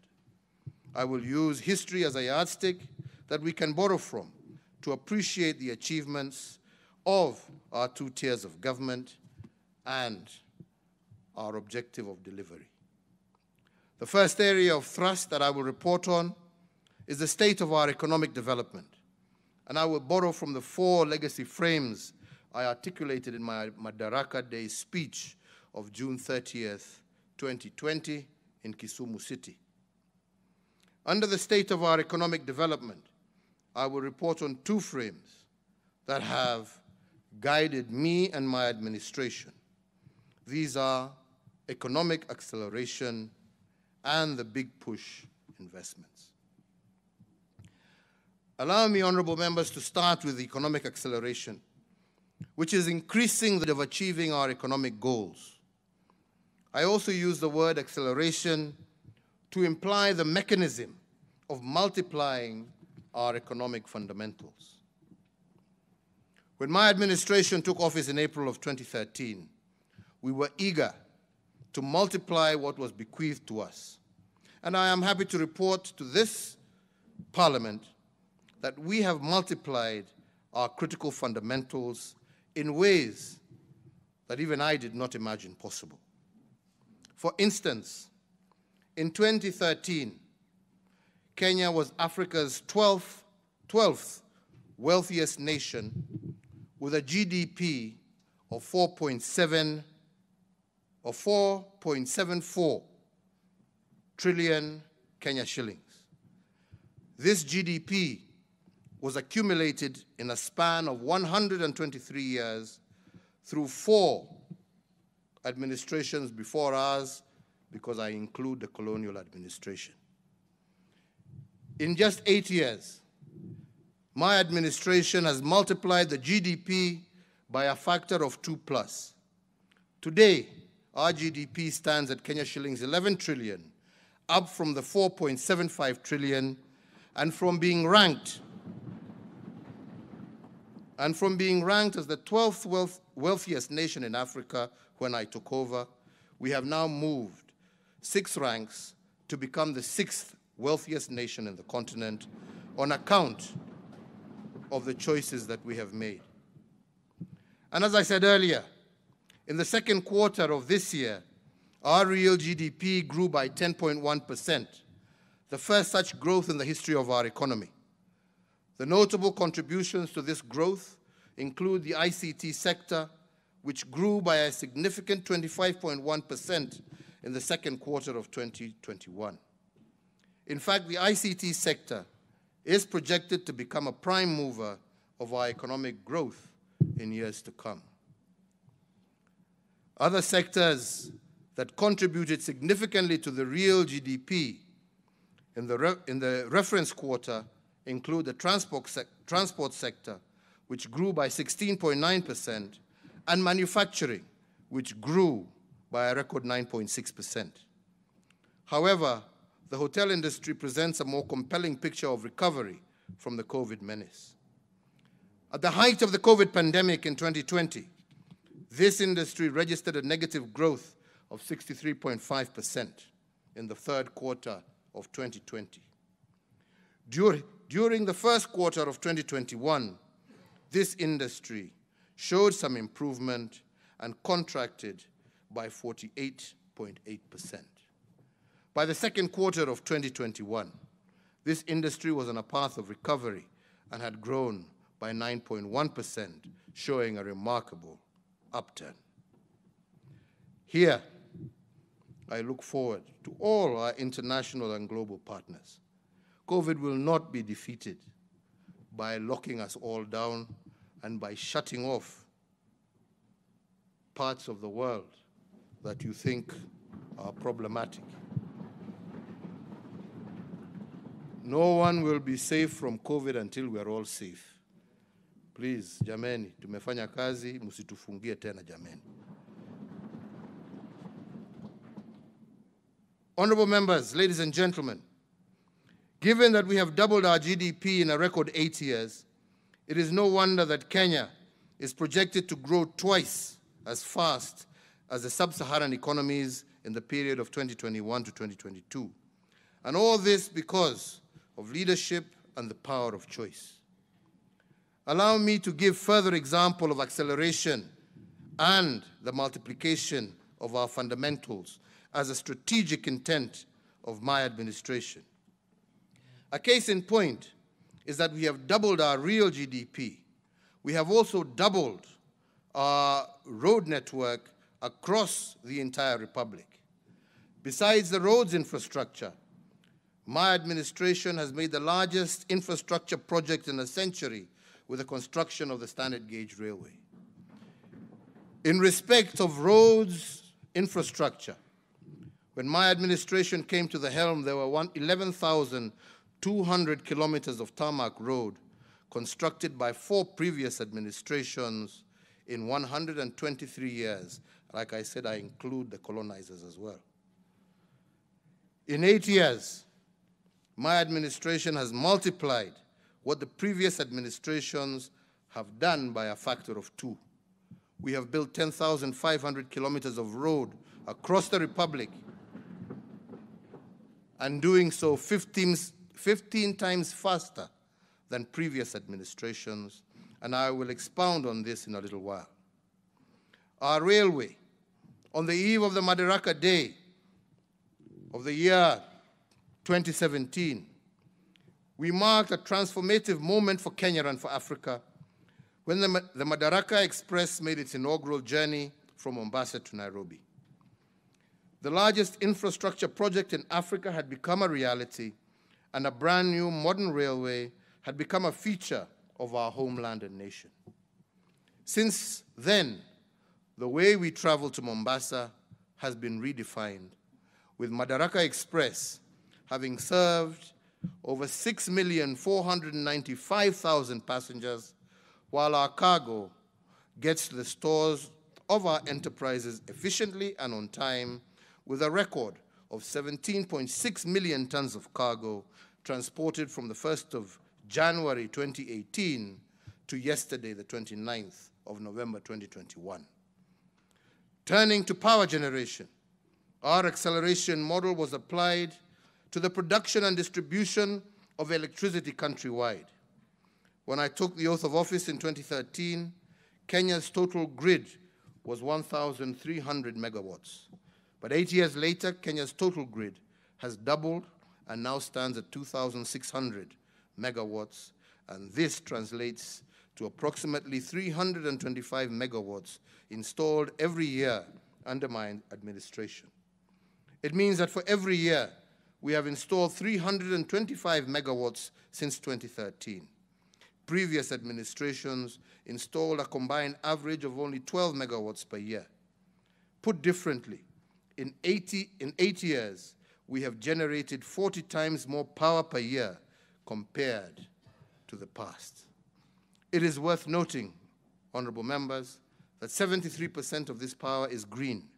In fact, Kenya is leading the African continent in the generation of green energy.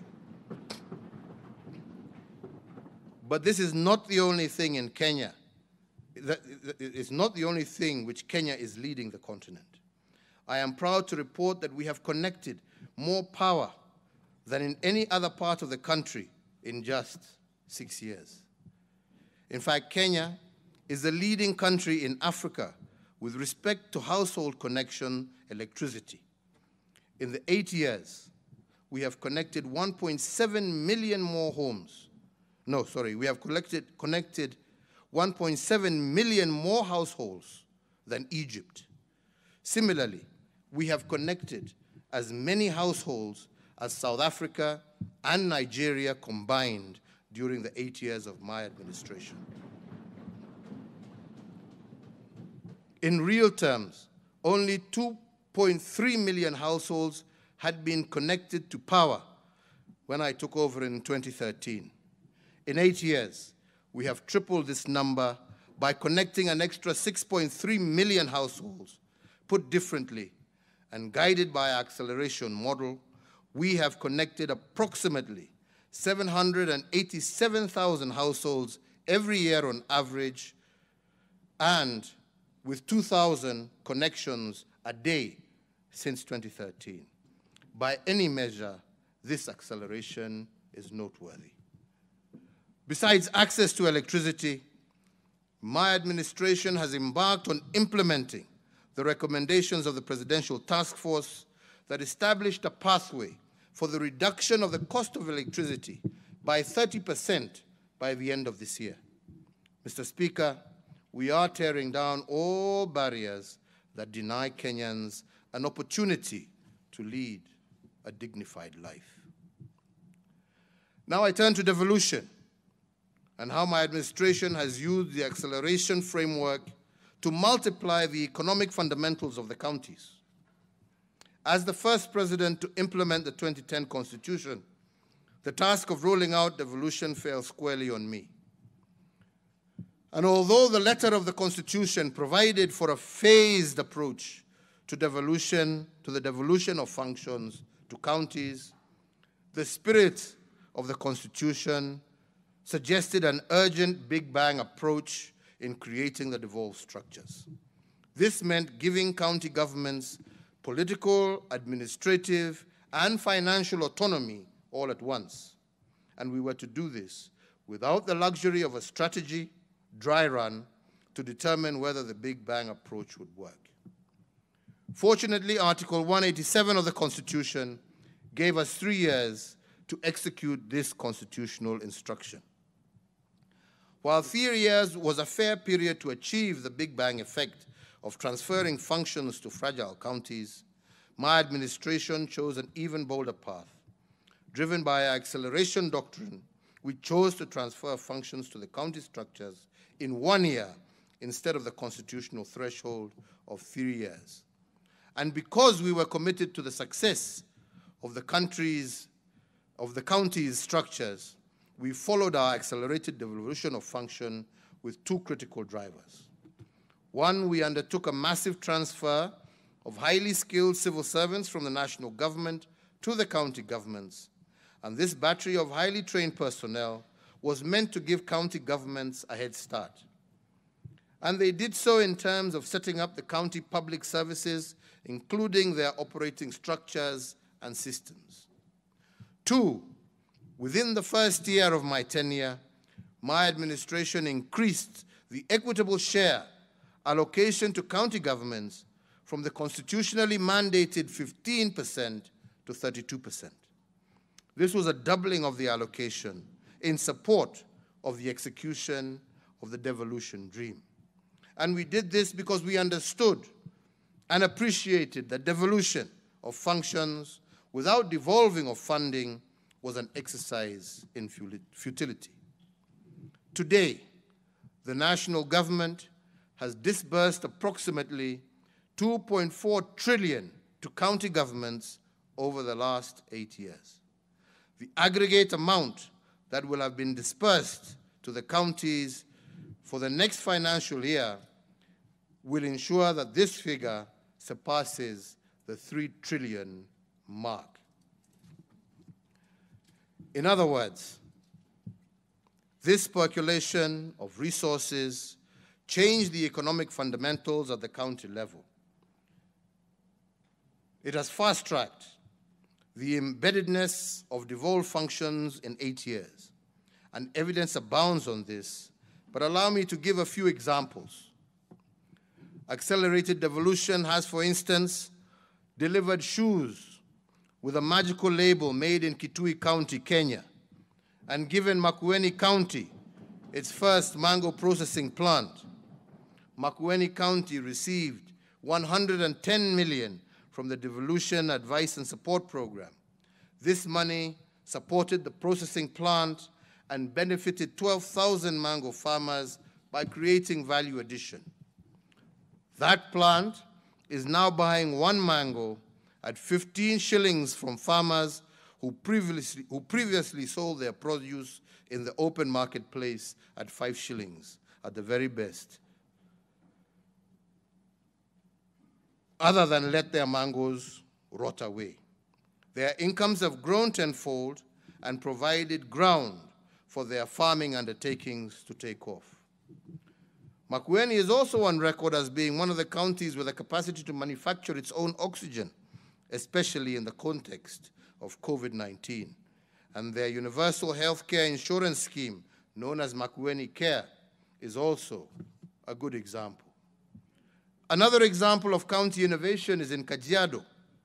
In the wake of COVID-19 pandemic, the county looked for a way of distributing food to members of its populace through an integrated system dubbed M-Riziki, which virtually linked financiers and beneficiaries. 30,000 households of their population in Kajiado were able to receive food using the system in 2020.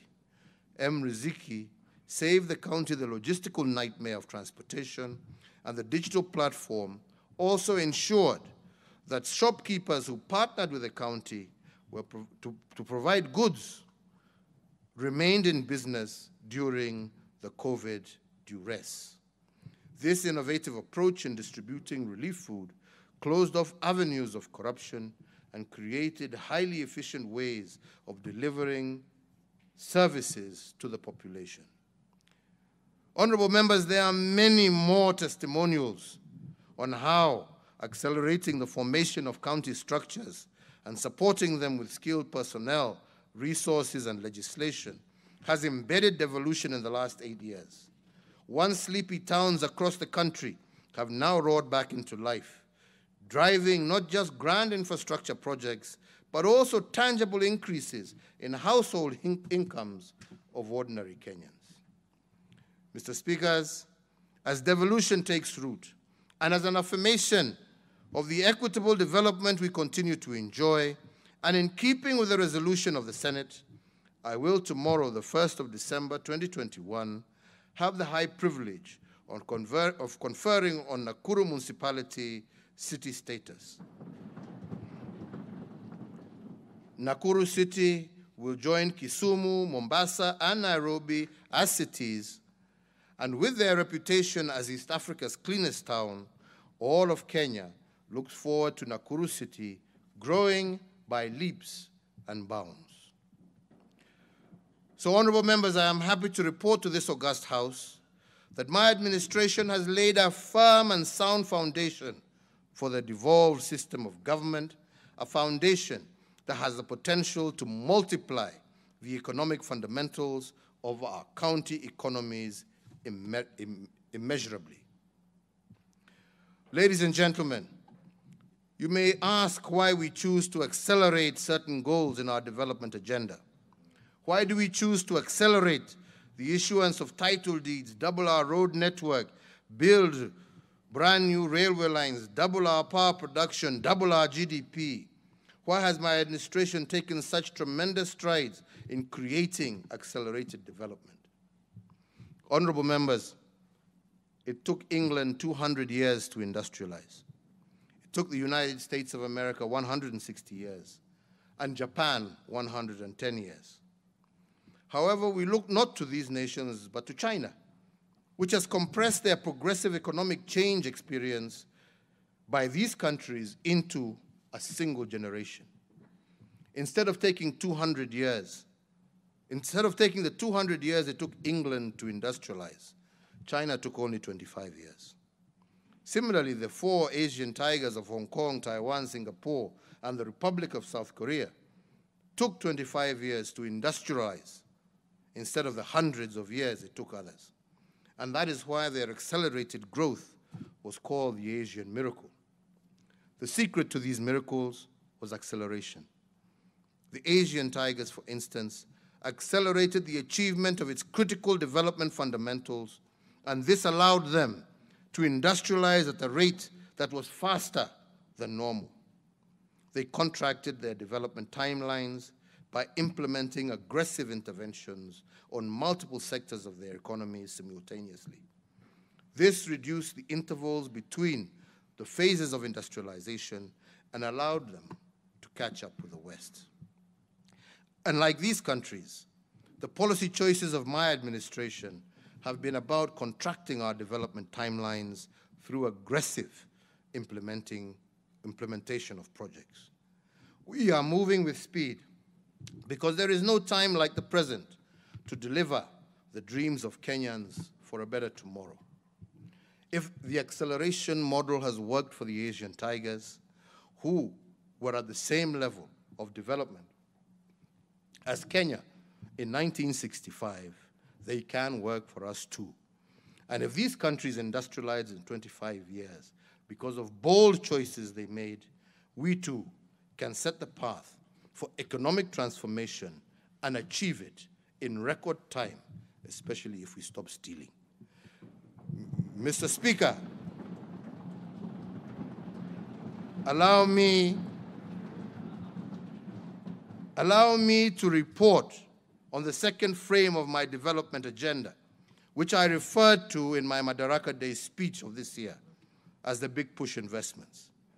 These are the bold undertakings that are futuristic in outlook. Most of these interventions are in the form of roads, rail, and ports. Some of them are revival of dead capital installed by previous administrations, which are nonetheless critical to our development path today. Regarding roads, the handiwork of my administration is evident across the entire country. There are some counties that have received their first tarmac roads since God made Kenya. And this was done during my administration. And as I said earlier, In 8 years, we have built approximately the same number of kilometers of road that were built by the colonizers and the 3 previous independent administrations. And although our achievements in this area cannot be gainsaid, I want to reiterate that my administration was not building roads for their own sake. Ours was a quest to lay down tarmac not for statistical purposes only. We realized that roads are literally the path to development, and that every inch of tarmac we lay, we are accelerating businesses, creating the foundation for greater individual and national prosperity. We did it for you, the Kenyan people, to tear down the barriers that hold back every citizen from making their individual contributions to nation building. Take as an example the 27-kilometer Nairobi Expressway.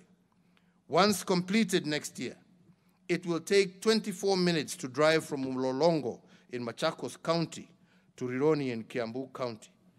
Currently, this journey takes 3 hours, which is the equivalent of flying to Addis Ababa and back to Kenya.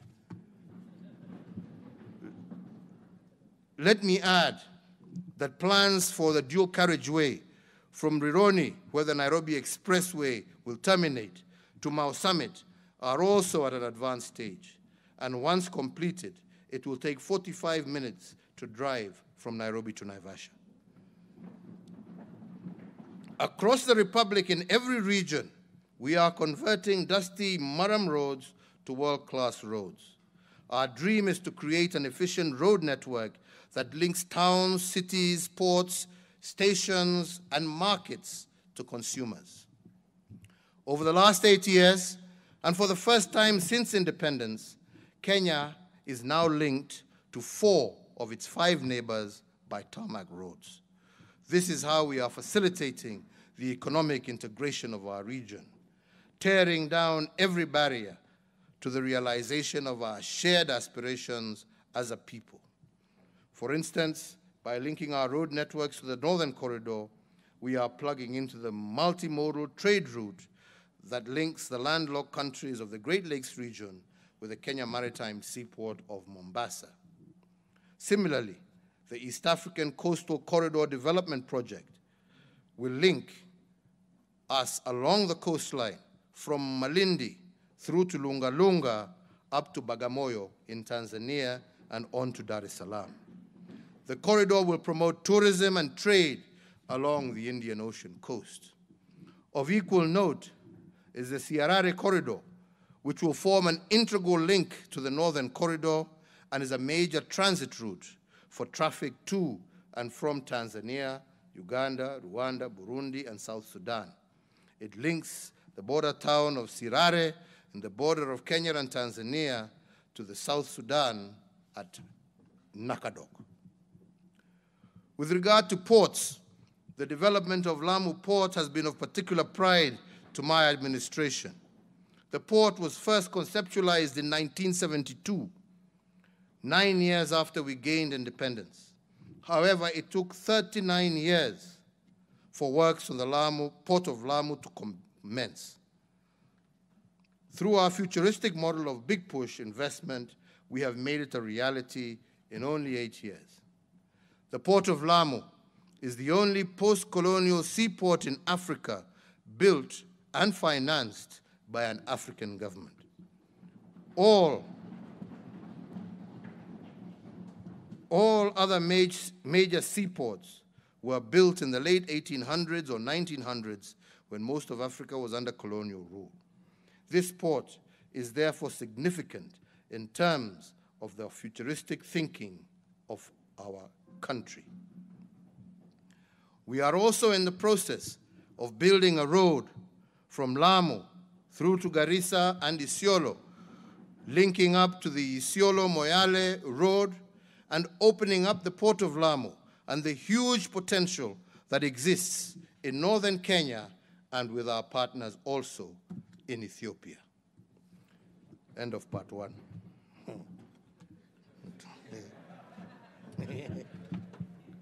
Interval.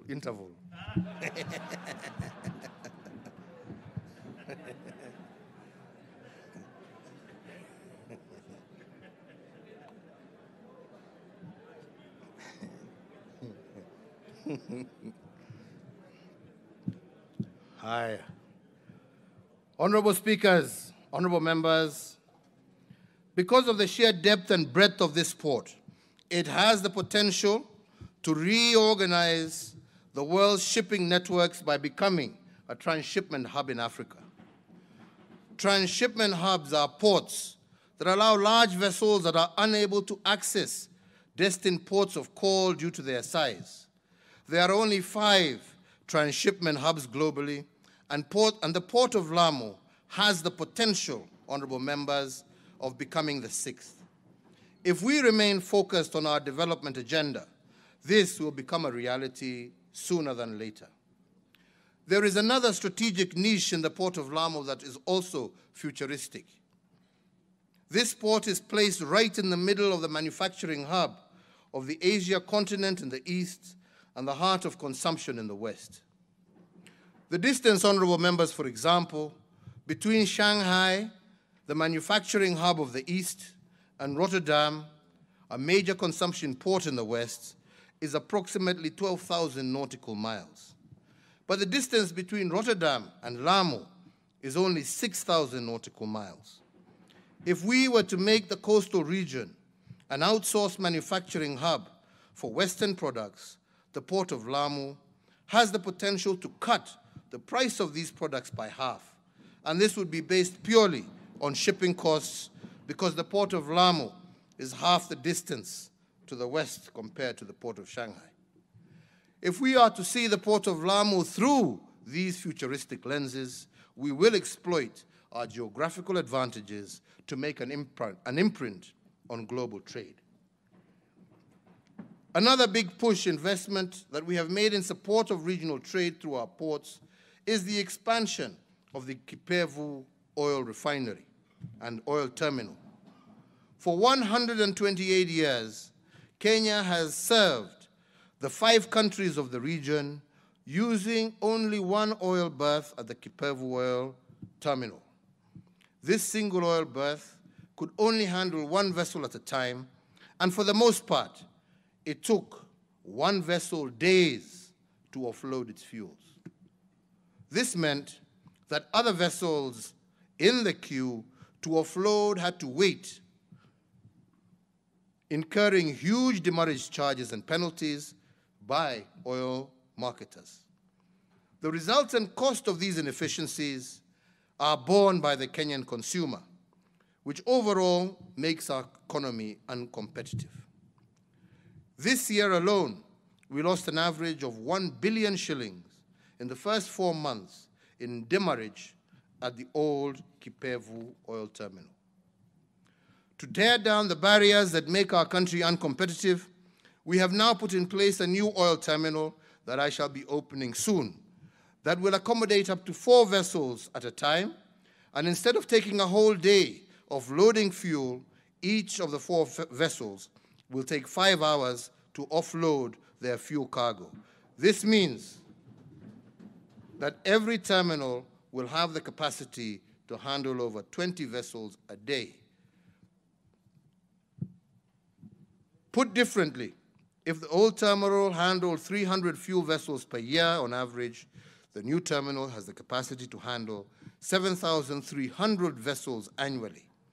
Coupled with the improved transportation system connecting Kenya with its neighbors, the expanded capacity will boost our regional trade as well as remove the cost of demurrage and penalties that the Kenyan consumer has to pay.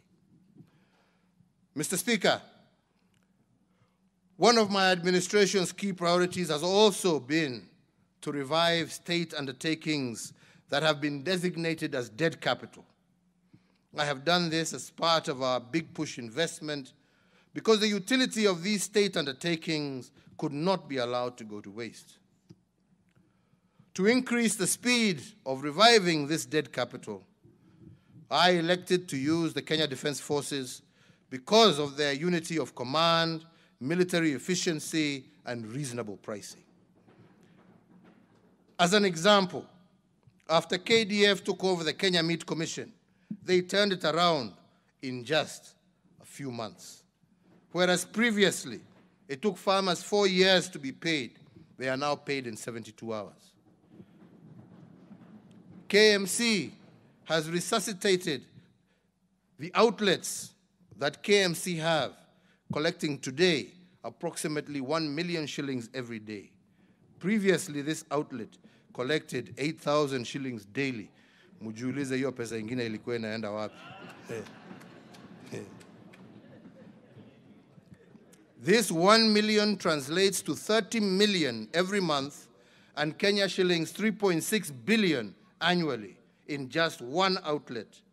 Before September 20th, such revenue would have been impossible because slaughtering was limited to a few or no animals in a month. To enhance further the profitability of KMC, we have linked it to another dead capital that my administration has revived, the meter gauge railway from Nairobi to Nyanyuki, which has been revived under the KDF. The KMC is now using it to transport more than 200 animals weekly. Another aspect of the KMC re-engineering supply chain is the relationship with the Wasinyiro South Development Authority. This authority has a tannery and leather factory, which the KMC has been supplying with hides and skins. Although the factory is still not yet complete, it has so far produced about 840,000 square feet of finished leather, partly from KMC supplies. And once complete, it is expected to produce over 1.2 million square feet of finished leather per year. Apart from the revival of KMC, the Nairobi-Nyanyuki Railway, in partnership with the Kenya Railway Corporation and KDF, has revamped the 217-kilometer Nairobi-Kisumu Railway, a railway that had been abandoned for over 2 decades. But today, it now boasts 18 stations, 46 bridges, and 27 viaducts. Together with the revival of the port of Kisumu, revamping the railway line is meant to enhance connectivity with our neighboring countries who depend on Kenya for their transportation of their imports and exports. Another uplifting story of revival of dead capital is our big push investment in the port of Kisumu and the reconditioning of MV Uhuru vessel. To transport fuel prior by road from Kisumu or Eldoret to Uganda took 72 hours because of the long queues at the Malaba border. But to transport fuel from the port of Kisumu to Port Bell in Uganda by ship takes only 12 hours. This means that by the time a tanker makes one trip to Uganda by road, MV Uhuru will have made 6. There is the question of volume. One tanker carries 20,000 liters of fuel, but one wagon abroad, MV Uhuru, carries 60,000, which is 3 times the size of a tanker. Secondly, for all our customers in Uganda and through to the DRC, issues of losses that used to amount to approximately 10% and issues of adulteration, imeisha. Yeah?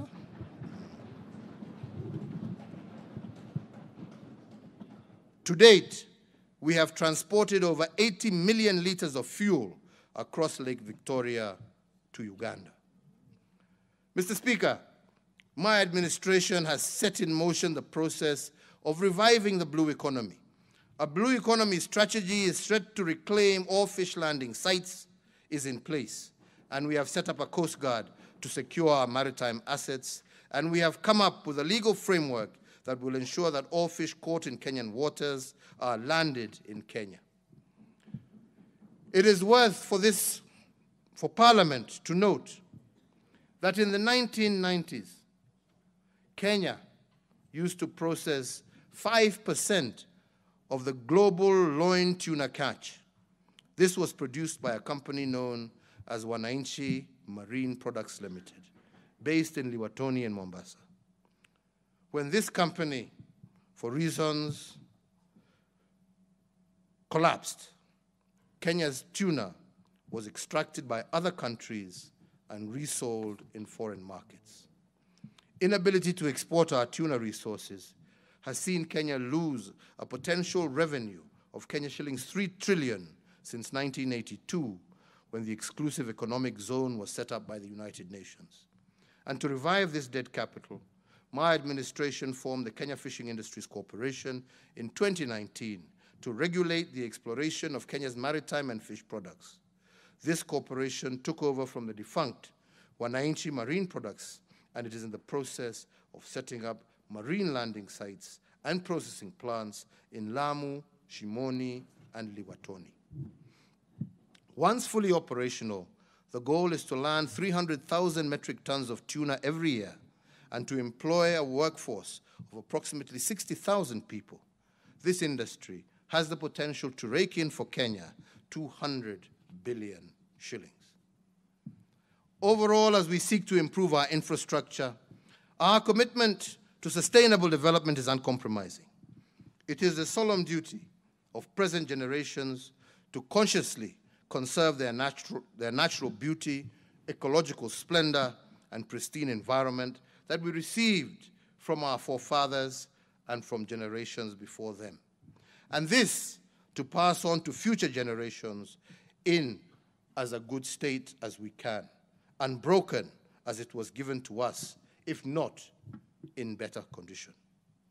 In this regard, I note with satisfaction that our Greening Kenya campaign continues to gain momentum, and as a result, approximately 71,794 kilometers squared of our homeland is currently constituted of tree cover, representing 12.12%, while 52.279 kilometers squared of our country is under forest cover, which represents 8.83, up from 6% previously. Mr. Speakers, we are indeed on course to meet our target of 10% forest cover by the year 2024. For trees are without doubt the lungs of our nation. Mr. Speakers, now I turn to the third frame, which I have used to organize the achievement of goals in my administration. I call it the restoration of dignity, and it is a campaign against the three enemies identified by our forefathers, that of ignorance, poverty, and disease. The founding fathers of our nations defined dignity as freedom from want and freedom from fear. They taught us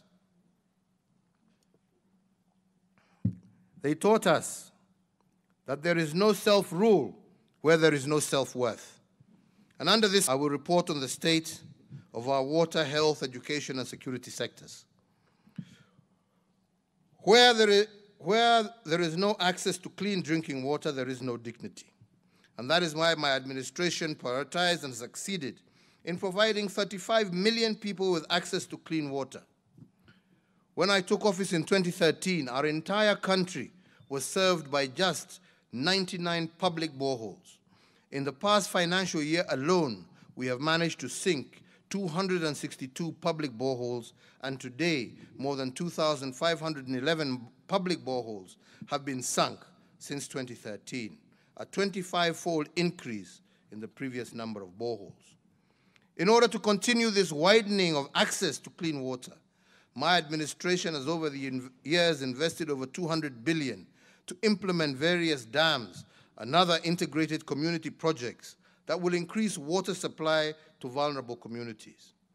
In the Nairobi metropolitan area alone, the project is set to supply 41.3 million liters of water per day to an additional 2.1 million residents. This is critical because the poverty of dignity is most pronounced in water-scarce economies of the informal settlements and in vulnerable communities. For instance, as is known by some members here, the average daily consumption of water per household in informal settlements in Nairobi is 40 liters. If the price of 40 litres is 40 shillings, a household will have to spend 1,200 shillings per month buying water alone. This is 20% of the income of an average family in most of our informal settlements. And for the most part, the price of water has been higher than that of rent. The poverty of dignity is well illustrated when one considers that the price of water for the rest of Nairobi is Kenya shillings 46 per 1,000 litres. Put differently, the dwellers of our informal settlements have been paying 25 times more for water compared to the rest of Nairobi dwellers. And this is why the Nairobi Metropolitan Service has set up 1,600 water points in all our informal settlements to supply free water to the residents. This initiative has saved dwellers of these settlements up to 20% of their incomes and approximately 1,200 shillings per household, and this is what I call freedom from want. Mr. Speaker, one of the most indignifying challenges of our people has been the high cost of healthcare. There are many testimonies of how families have had to sell ancestral land to cater for high medical bills. This not only rips them of their dignity, but also deprives future generations of ancestral address. The objective of my administration is to end this by providing 100% universal health coverage for essential health services by starting this year. The constitutional right to health care is the element that my administration has been consistently working to fulfill by investing in health facilities, medical equipment, and human resources for health. Our success in this area has been lauded internationally. According to Healthcare Index, which gives a single measure of the state of each country's health system based on data provided by the World Health Organization, Kenya today ranks third behind South Africa and Tunisia among the most improved health systems in Africa in the year 2020. To achieve this, my administration has had to work to increase affordability and availability of healthcare services for all Kenyans. Access speaks to the geographical availability of healthcare facility services, affordability to both the cost of healthcare services and the ability of Kenyans to pay for these medical services. And availability speaks to the extent to which our healthcare facilities have the necessary resources to meet the health needs of Kenyans. In terms of access to healthcare, when my administration took over in 2013, the number of health facilities across the country stood at 4,430. My administration, in conjunction with county governments, has increased our medical facilities by 43% by building an additional 1,912 new hospitals in the last 8 years. This is an average of 239 new facilities per year.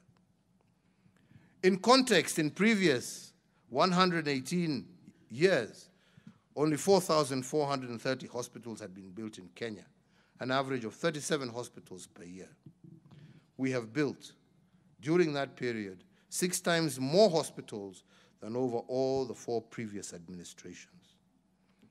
To increase access to specialized medical services and to decongest Kenyatta National Hospital, my administration has upgraded 2 hospitals to referral status during my term.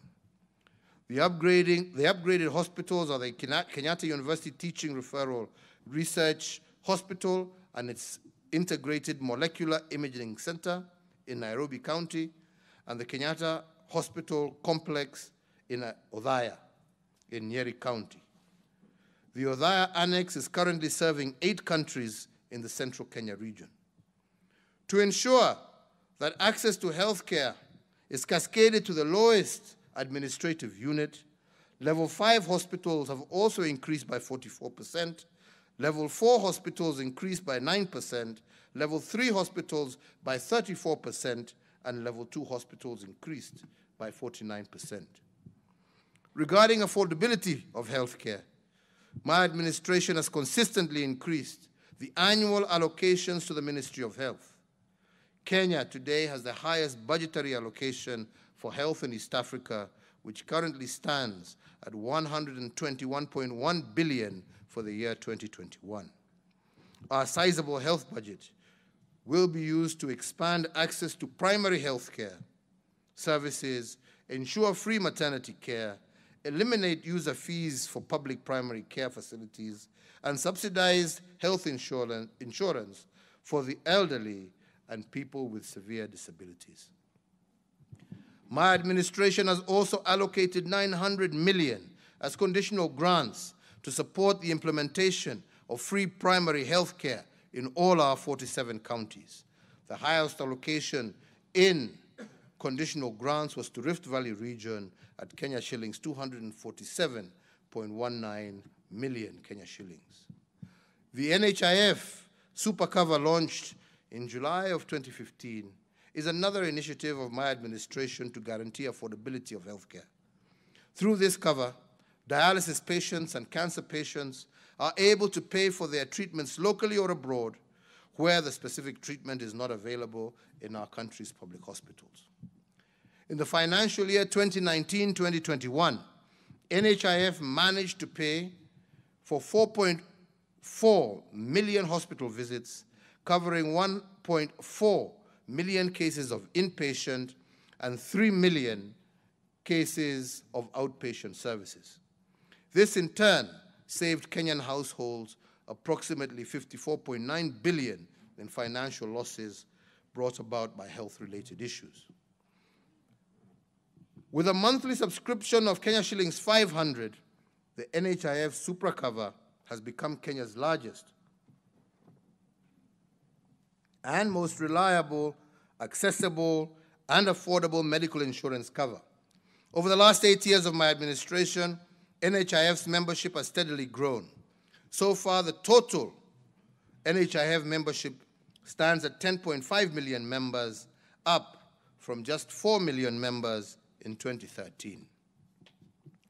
Mr. Speakers, I acknowledge with appreciation that the National Assembly recently passed the National Hospital Insurance Fund Amendment Bill 2021, and the same is now presently before the Senate. I today urge through you, Mr. Speaker, that the Senate expedite the consideration of this bill so that in the life of this House, we can all join in ushering in universal health coverage for all our people. Mr. Speaker, honorable members, let us tear down the barriers that inhibit our quest to deliver quality health care for all Kenyans. To improve the standard of health care facilities, my administration has boosted bed capacity, improved access to medical equipment, and increased the number of medical training schools. In 2013, for example, the total bed capacity in public health facilities stood at 56,000 hospital beds. This has increased by 47% to 82,000 hospital beds in 2020. The northeastern region of our country has experienced the highest expansion in hospital bed capacity, up from 2,443 hospital beds in 2013 to 4,566 hospital beds in 2021. This is followed by the Nyanza region, which has experienced an expansion in bed capacity of 63%, from 9,249 hospital beds in 2013 to 15,054 hospital beds in 2020. Nairobi has also experienced an expansion of 57%, from 7,866 hospital beds in 2013 to 10,399 hospital beds in 2021. Through the Managed Equipment Service project, my administration has supplied 1,241 pieces of specialized medical equipment, with 113 hospitals being equipped in 47 counties at a cost of Kenya shillings 43 billion. In 2013, when I took over, there were only 26 dialysis machines countrywide. Today, that number stands at 603 dialysis machines. These machines have thus far benefited 383,000 patients, and through the NHIF scheme, they have saved Kenyans approximately 2.3 billion Kenya shillings. Similarly, we have increased the number of radiology and imaging machines across the Republic.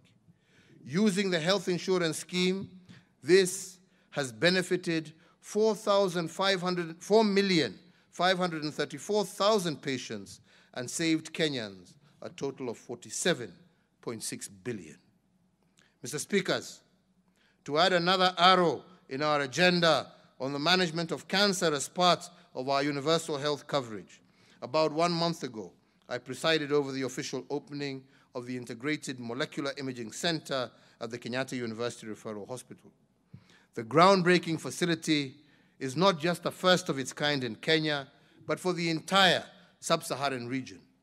As a result, many of our patients suffering from cancer will now have the benefit of early detection, leading to early treatment and cure, and thus saving many, many lives.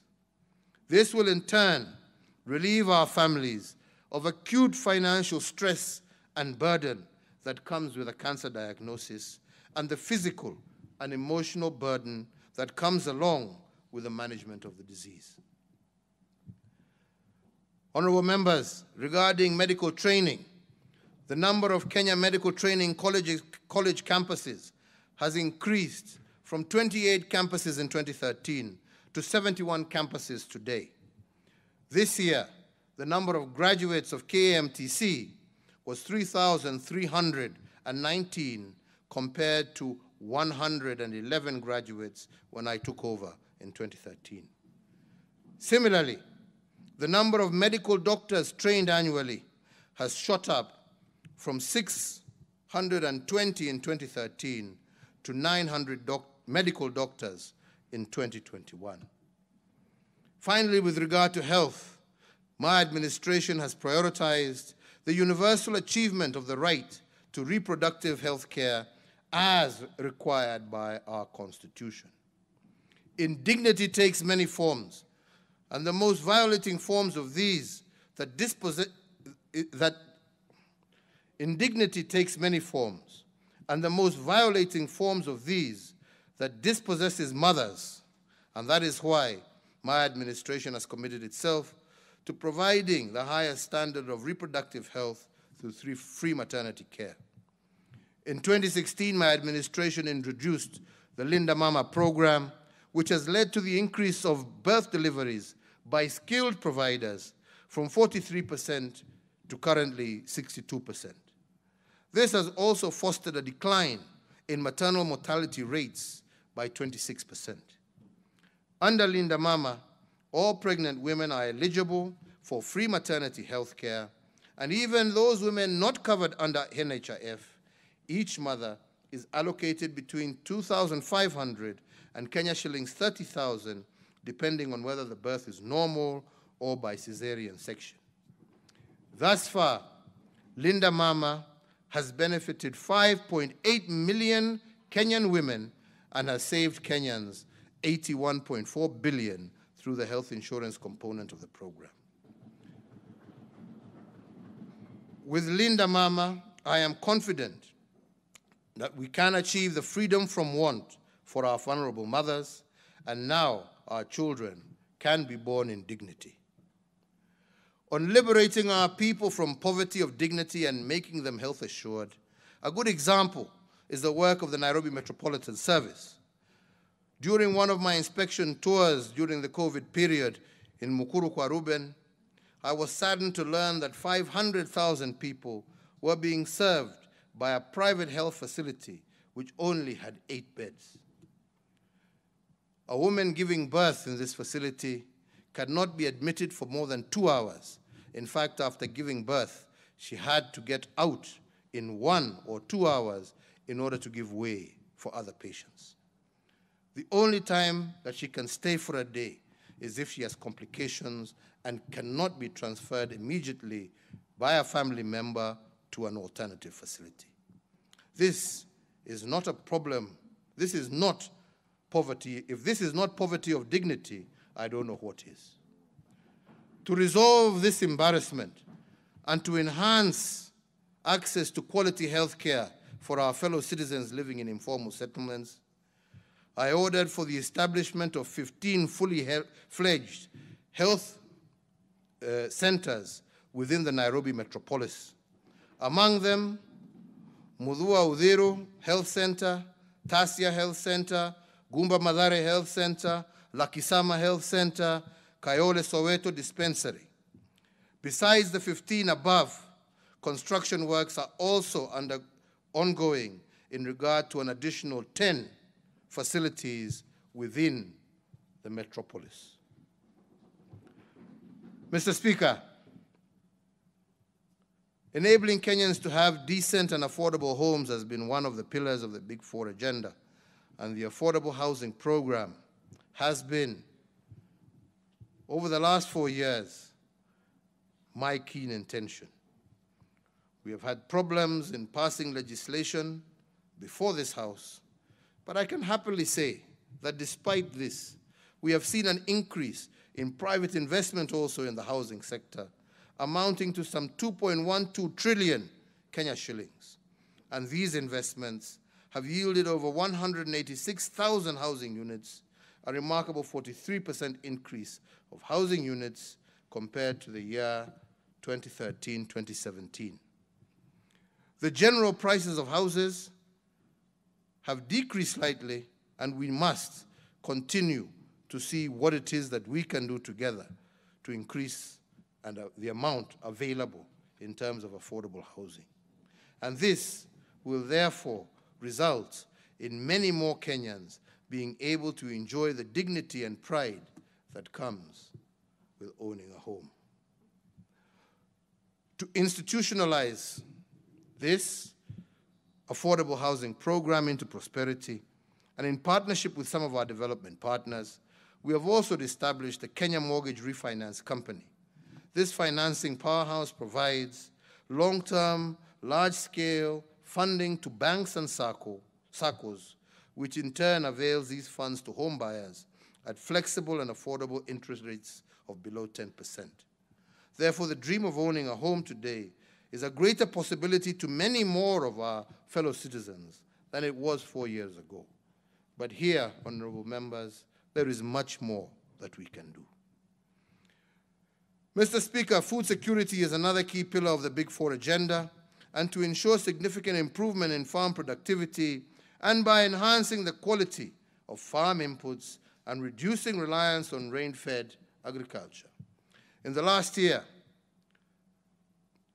we have seen the price of maize meal retailing between Kenya shillings 95 and Kenya shillings 105.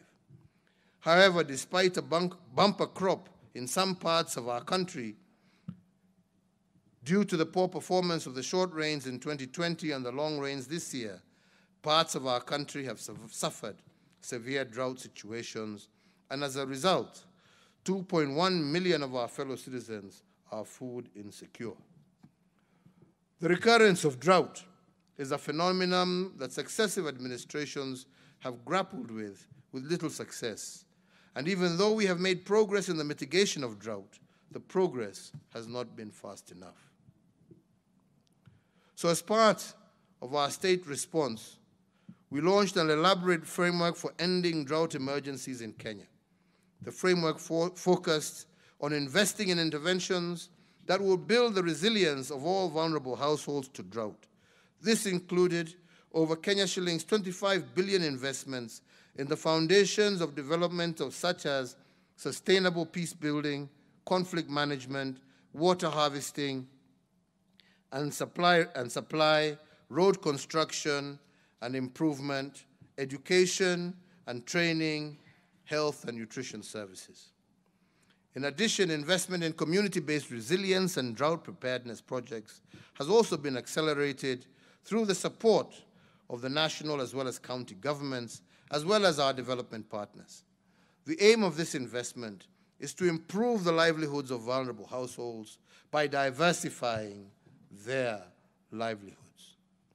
As we respond to the current drought, we have commenced with a livestock offtake program and initiated support to the affected citizens in a dignified manner through the cash transfer system, which is a cash transfer system of stipends to affected families that replaces the dignity of having to queue for the distribution of food portions. Mr. Speaker, the government will continue to support all vulnerable households and will endeavor to ensure that, notwithstanding the severity of the winds of drought, that no Kenyan will die of hunger.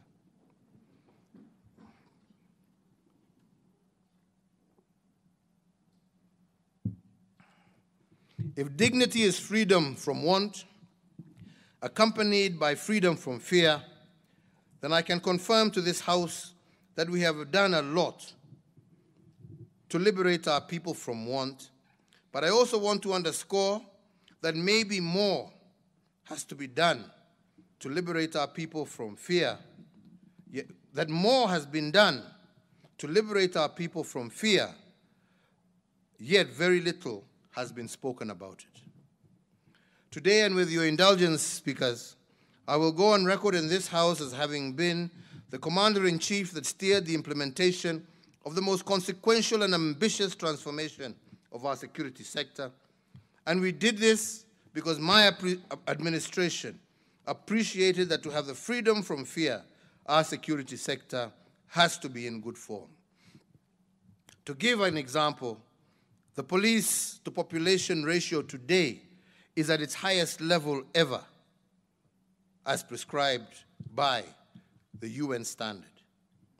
Our police complement has received an additional 47,000 new recruits who have joined the service from the year 2013 to date. Similarly, over the last 8 years, we have undertaken the most consequential and expansive modernization of our military. And in fact, the reform undertakings in the military are actually unparalleled in our nation's history. We have invested substantially in building new barracks. We have invested in military manufacturing capabilities that have not only resulted in the spurring of previously dormant sectors, but the creation for jobs for young people, both directly and through ancillary services. For the first time in Kenya's history, we are producing our own light weapons and military uniform and other equipment and supplies that were previously imported. We have, as a result, employed over 600 young people in these industries in high-paying, high-skilled jobs and saved our country a lot in foreign exchange. We have achieved knowledge and technology transfer for the growth and anticipated future development. And this is because I am determined to tool and to retool our security forces to the highest standards attainable, and this is the only way we will guarantee freedom from fear for our people and indeed secure our territorial integrity. Mr. Speaker, sir, on territorial integrity, I want to go on record in this House that our forefathers bequeathed us our homeland and nation. The government of Kenya will do everything possible to preserve the territory of this great republic and ensure that generation after generation of Kenyans dwell in it, as it is, in fact, intact and unencumbered. Mr. Speaker, honorable members, as I have said before, not an inch more and not an inch less.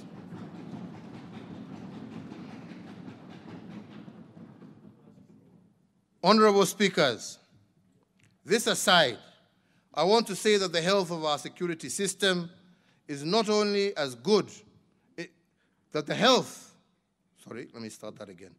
Honorable speakers, this aside, I want to say that the health of a security system is only as good as the health of its officers.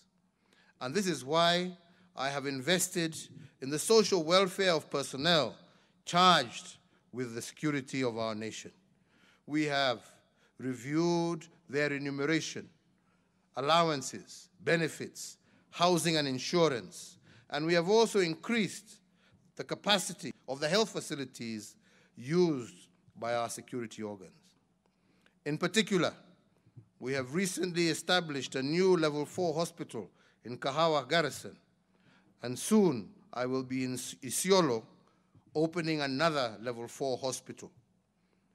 I recently commissioned a trauma and counseling center in Manda in Lamu County, and we shall also be breaking ground on an additional 3 Level 4 hospitals, one in Eldoret for the Defense Forces, one in Roiro for the Prison Services, and one in Bagadi for the National Police Service.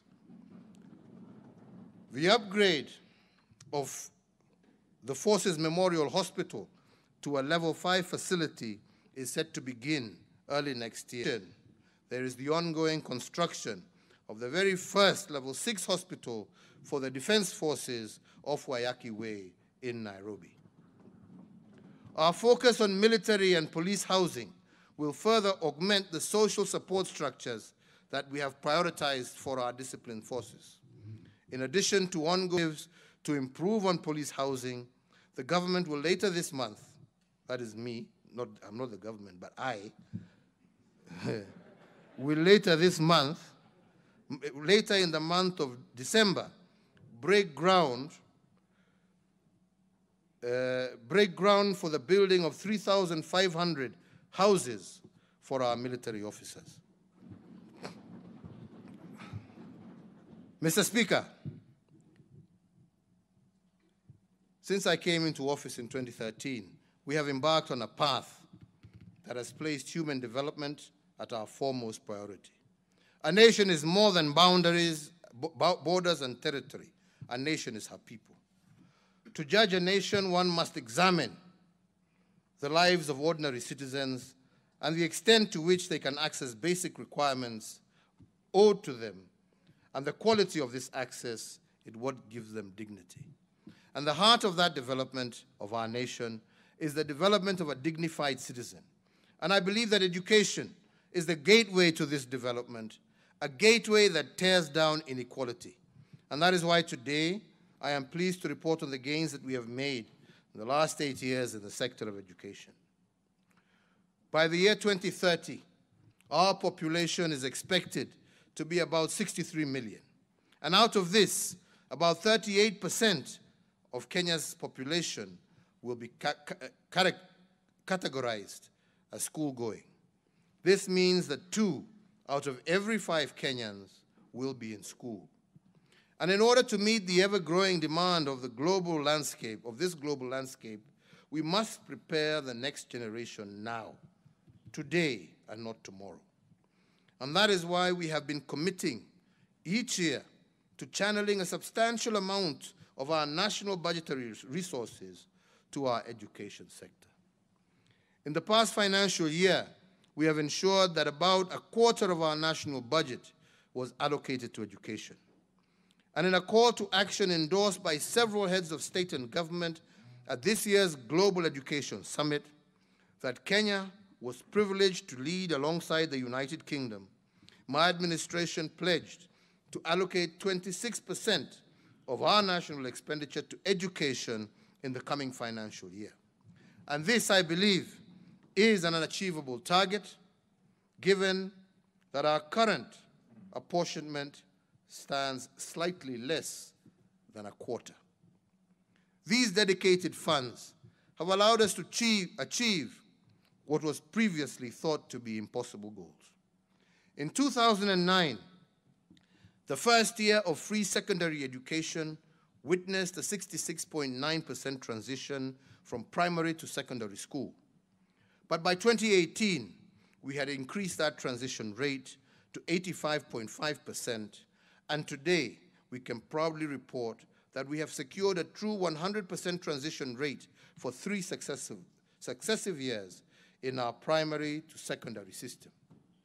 Equally important is to note that we have now achieved the global feat of a 1-to-1 book ratio in all our public primary and secondary schools. This has improved the quality of education and reduced the cost of education on parents. To further ensure that no Kenyan child is left behind, and therefore to effectively enhance the delivery of the compulsory basic education from primary through to secondary school, I am pleased to report to the House that since 2013, we have recruited an additional 107,000 teachers, approximately comprising of 54,775 primary school teachers and 52,453 secondary school teachers. Our enhancement of manpower in these institutions of basic education by over 25% has significantly mitigated the shortage of teachers in the country and in turn bridged the teacher-to-student ratio. Honorable members, ladies and gentlemen, in order to continue with these achievements, we need to secure the entire education ecosystem. We need to ensure that there is adequate infrastructure, comprehensive policy choices, skilled educators, and a healthy learning environment.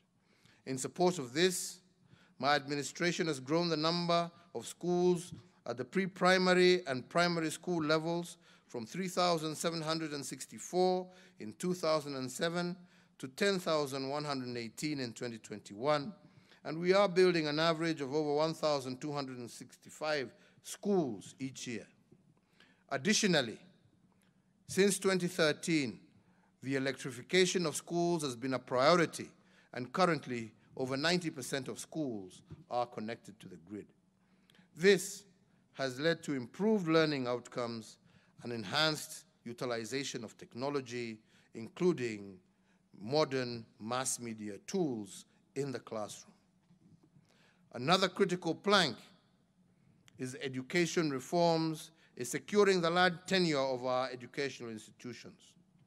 The founding technocrats of our nation did not envision a situation where secure tenure for schools would be an issue in the future. And that is why they never secured the title deed for our schools. But today we know different. Our school titling program, therefore, has become increasingly important. As of 2015, only 4,900 schools had been titled since independence. Today, over 12,000 schools out of a total of 32,354 have been issued with title deeds because of a multi-agency effort. In guaranteeing public schools their titles, my administration has upheld the fundamental right of education and initiated a process to ensure that there is no school sitting on land that it does not own. Yeah.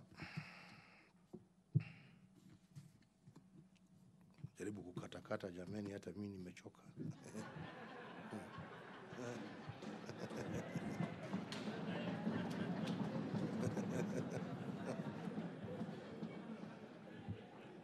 Honorable Speaker, honorable members, let me conclude my address by speaking about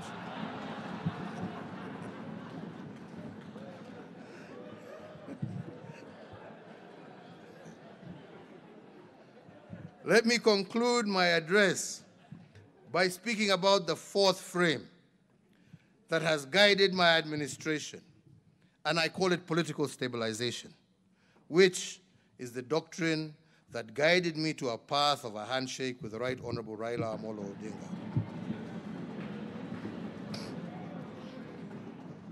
Honorable members, undoubtedly, as I have tried to explain, my administration has secured an impressive economic acceleration, including the doubling of our GDP from 4.74 trillion to 11 trillion shillings. We have also made big push investments that have spurred development, revived debt capital, and boosted entrepreneurship. We have also restored dignity to our people through water and sanitation, healthcare, education, roads, and security reforms. However, all of this would amount to very little without political stabilization.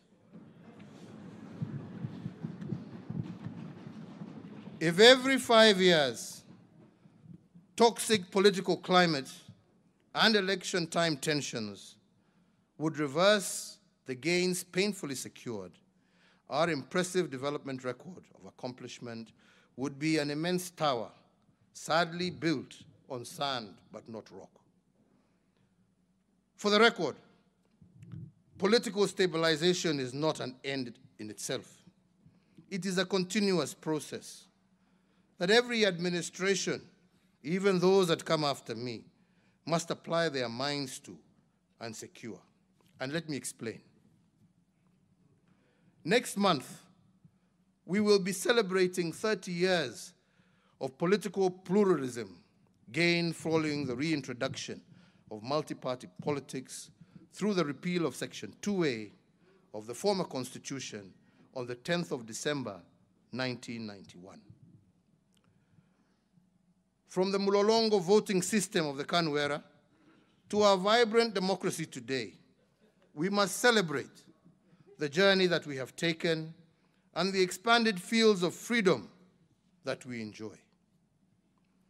While undoubtedly multi-party politics has been a much better democratic platform than the single-party state, we must not ignore the very real negative aspects of our politics and electioneering. The evidence of this is plainly observable in the elections of 1992, 97, 2007, 2013, and 2017. And only in 2002, when, well, yours truly surrendered easily, is the only one that did not have a problem. In 1992, the election cost us Kenya shillings 248 billion in lost economic growth. Lives were lost and populations displaced. And during this election, Kenya's foreign direct investment at the time fell by 2/3 from Kenya shillings 1.8 billion to Kenya shillings 600 million.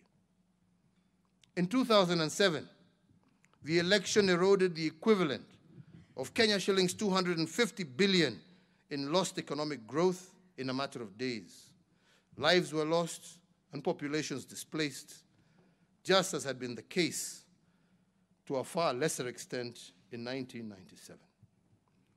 In 2017, we lost close to Kenya shillings 1 billion every working hour for the 123 days we held the election. And in fact, in 2017 election, the economy lost approximately 1 trillion in response to that particular electioneering period. And the question I pose, therefore, to the leadership of this country present here today is this: is this right? Is this trajectory the logical path that our country should take? Thank you. And as I have said before, our country has been in a constitutional moment since 2017. The only question is, what should we do with this constitutional moment? If we do not embrace it, how will it return to punish our nation? And if we embrace it, who are the winners and losers of that moment?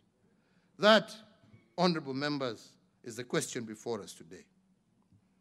The parliamentary record, as well as history, reflects that during this reporting period, my administration did attempt to resolve the constitutional dilemma facing our country.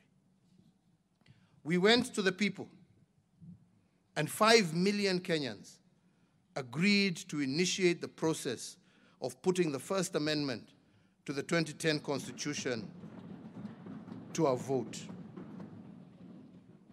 The First Amendment, honorable members, was thereafter taken to county assemblies, where it received nearly unanimous endorsement.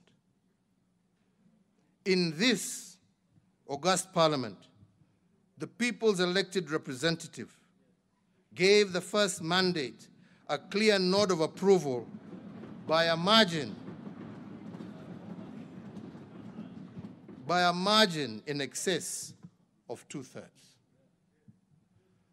If indeed, and I speak to those that need to listen to this, if indeed Article 1 of the 2010 Constitution states that all sovereign power rests in the people of Kenya and can be exercised either directly or through their representatives, the people made their voices heard with regard to the First Amendment.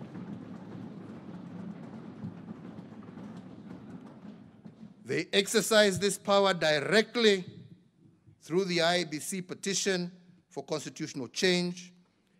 They made this petition indirectly through the county assemblies and parliament, and the record of parliament attests to the fact that the people of Kenya wanted a constitutional change, but a few individuals sat down in a back room and they decided otherwise.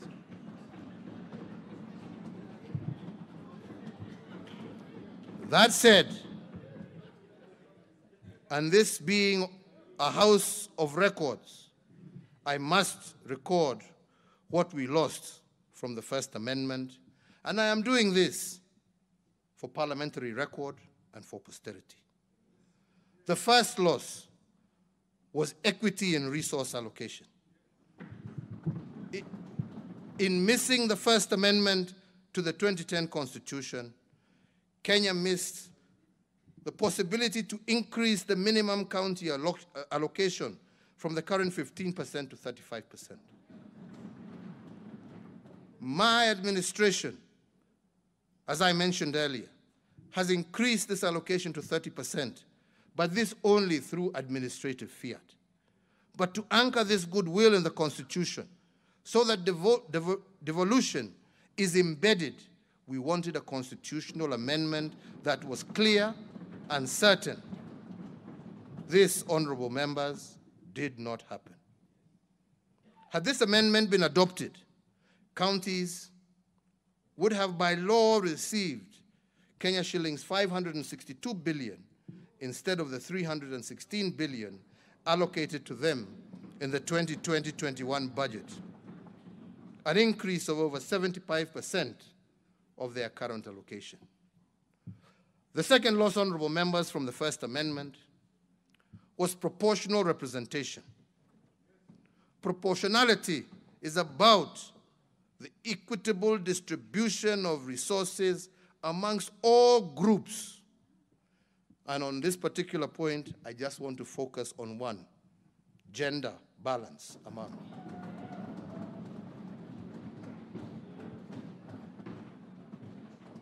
The First Amendment to our Constitution would have ensured that 50% of all senators were women.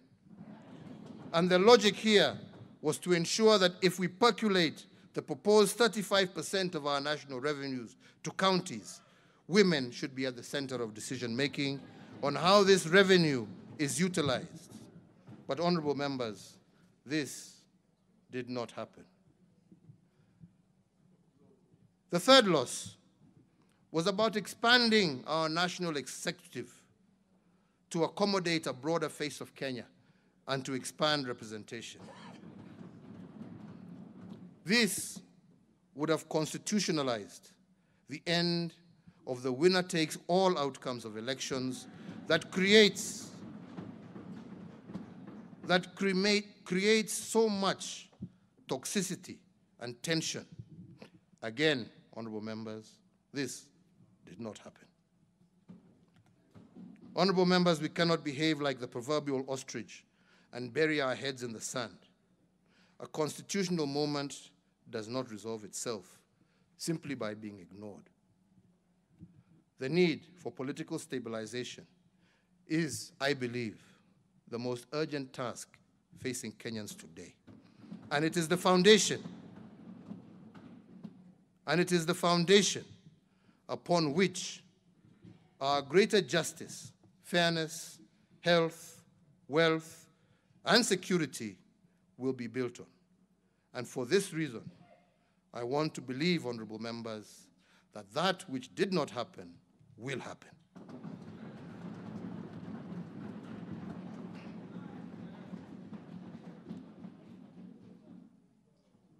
Honorable speakers, ladies and gentlemen, I have given an account of my tenure in office for the last 8 years with a focus on the last year. I want to thank all members of Parliament in both houses for their individual and collective contribution to the realization of our legislative agenda. Over this last year, the National Assembly considered and passed 30 bills, while the Senate passed 19 bills, out of which 3 bills have received presidential assent, while 16 others are before the National Assembly. Mr. Speaker, I also note with appreciation that the National Assembly considered and approved 4 sessional papers, 36 statutory instruments, 15 treaties over the past 1 year, including the Economic Partnership Agreement between the Republic of Kenya and the United Kingdom and Northern Ireland. As you are aware, there are a number of critical legislative proposals emanating from the executive, which are still pending in Parliament. And to that end, I urge Parliament to expedite and conclude on the legislative process so that we can have those urgently needed pieces of legislation in place. My administration has also submitted the Huduma Bill, which is so far conclusively institutionalized the reforms of the national identity ecosystem through the establishment of the National Integrated Identity Management System. The other seminal legislative proposals include the Political Parties Amendment Bill, the Political Party Membership Regulation, the Government Contracts Bill, the Kenya National Blood Transfusion Bill, the Irrigation Amendment Bill 2021, the Irrigation Amendment Bill, the Kenya National Library Services Bill, the Proceeds of Crime and Anti-Money Laundering Amendment Bill 2021, and once enacted into law, the Proceeds of Crime and Anti-Money Laundering Amendment will enhance the integrity of our financial system by closing the last loopholes in our war against money laundering and other such maneno. This amendment is not in any way expected to erode a key tenet of the legal practice of advocate-client privilege. I, however, note that on Friday this week, Parliament shall proceed to its traditional long recess. To that end, through you, Honorable Speakers, I urge Parliament to consider adjusting its calendar to ensure that all the critical legislation and legal instruments, including those related to elections, are concluded in a timely manner. As we look for the future, honorable members, I see great promise. However, just as I said earlier, we must be bold enough to shape it. In just about 8 years, our National Development Blueprint, Kenya Vision 2030, will have run its course, and with it will come the dawn of the 4th decade of the 21st century. By 2030, Kenya will be home to about 63 million of us. The foundation that successive administrations have built will bear true dividends if we boldly reimagine our futures. But if we go it alone, we might not secure the best opportunities for our children. In my eyes, our best chance as individual African nations is to embrace a continent where there is free movement of persons, goods, services, and capital, as is characterized under the Africa Free Trade Arrangement. This is because, as I have said before, we are not competitors, but rather comrades with a shared dream which will be achieved much faster through collaboration. The Pan-African dream of our founding fathers that inspired the establishment of the Organization of African Unity that transitioned ultimately to the African Union must transcend to being beyond an inspiration. For Kenya to lead towards this course, on assuming the presidency for my 2nd term, I issued a directive that any African wishing to visit Kenya would be eligible to receive a visa at the point of entry. I did this in the full realization that to secure the prosperity of Kenyans, East Africans, and Africans, we must begin in earnest to break down the walls that divide and separate us. So, Mr. Speaker, or Mr. Speakers, I challenge Parliament to put in place a legal framework to lead to closer union with our brethren in East Africa and across the continent, and to advocate for shared prosperity, greater fraternity, and greater security in Africa. Mr. Speaker, this intent must, however, be preceded by a solidification of the various regional blocs, and in particular, our own East African community. I say this because the whole is greater than the sum of its parts. When each part appreciates its role and the contribution of other parts, then the body is able to function effectively. The African Union will only be strong and vibrant when our regional blocs are of similar character. We must simultaneously re-energize our common bond as brothers and sisters in East Africa, even as we craft a path to the single African Union. This, Mr. Speaker, is the future that I see, and Mr. Speakers lead this Parliament in tearing down these barriers. So, honorable speakers, honorable members, it is now my high privilege and extreme pleasure to submit to Parliament the following 3 reports as required by the Katiba. A, report on measures taken and progress achieved in the realization of our national values 2020, report on progress made in fulfilling the international obligations of the Republic 2020, and C, report on the state of security of Kenya 2020. I have the pleasure of submitting alongside the constitutionally required reports, the report on the Kenya Business Climate Reforms Milestone Report 2020-21.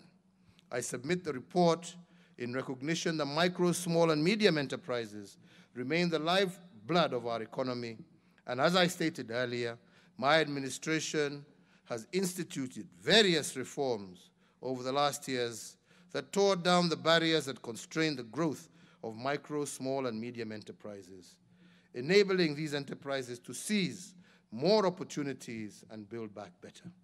In that regard, I commit the reports of the record to the record of Parliament so as to maintain the momentum of the powerful engine that has kept our economy roaring.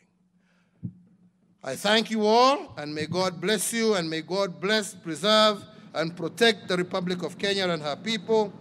And now, therefore, I hand over the reports to the Speaker of the Senate and the Speaker of the National Assembly in that order. Asanteni sana.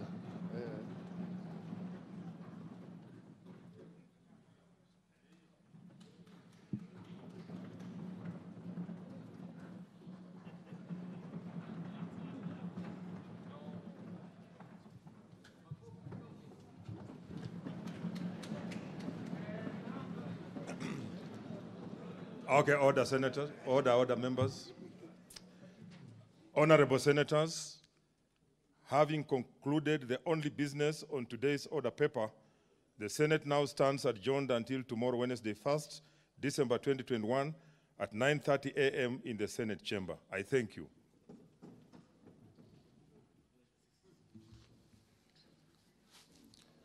Honourable members of the National Assembly, the National Assembly now stands adjourned until Wednesday, 1st of December 2021 at 9:30 a.m. All honourable members and invited guests will join His Excellency the President for our reception at the Parliament courtyard, just in front. In the meantime, honourable members, please remain standing in your places as His Excellency the President and the Speaker's procession leave the chamber. I thank you.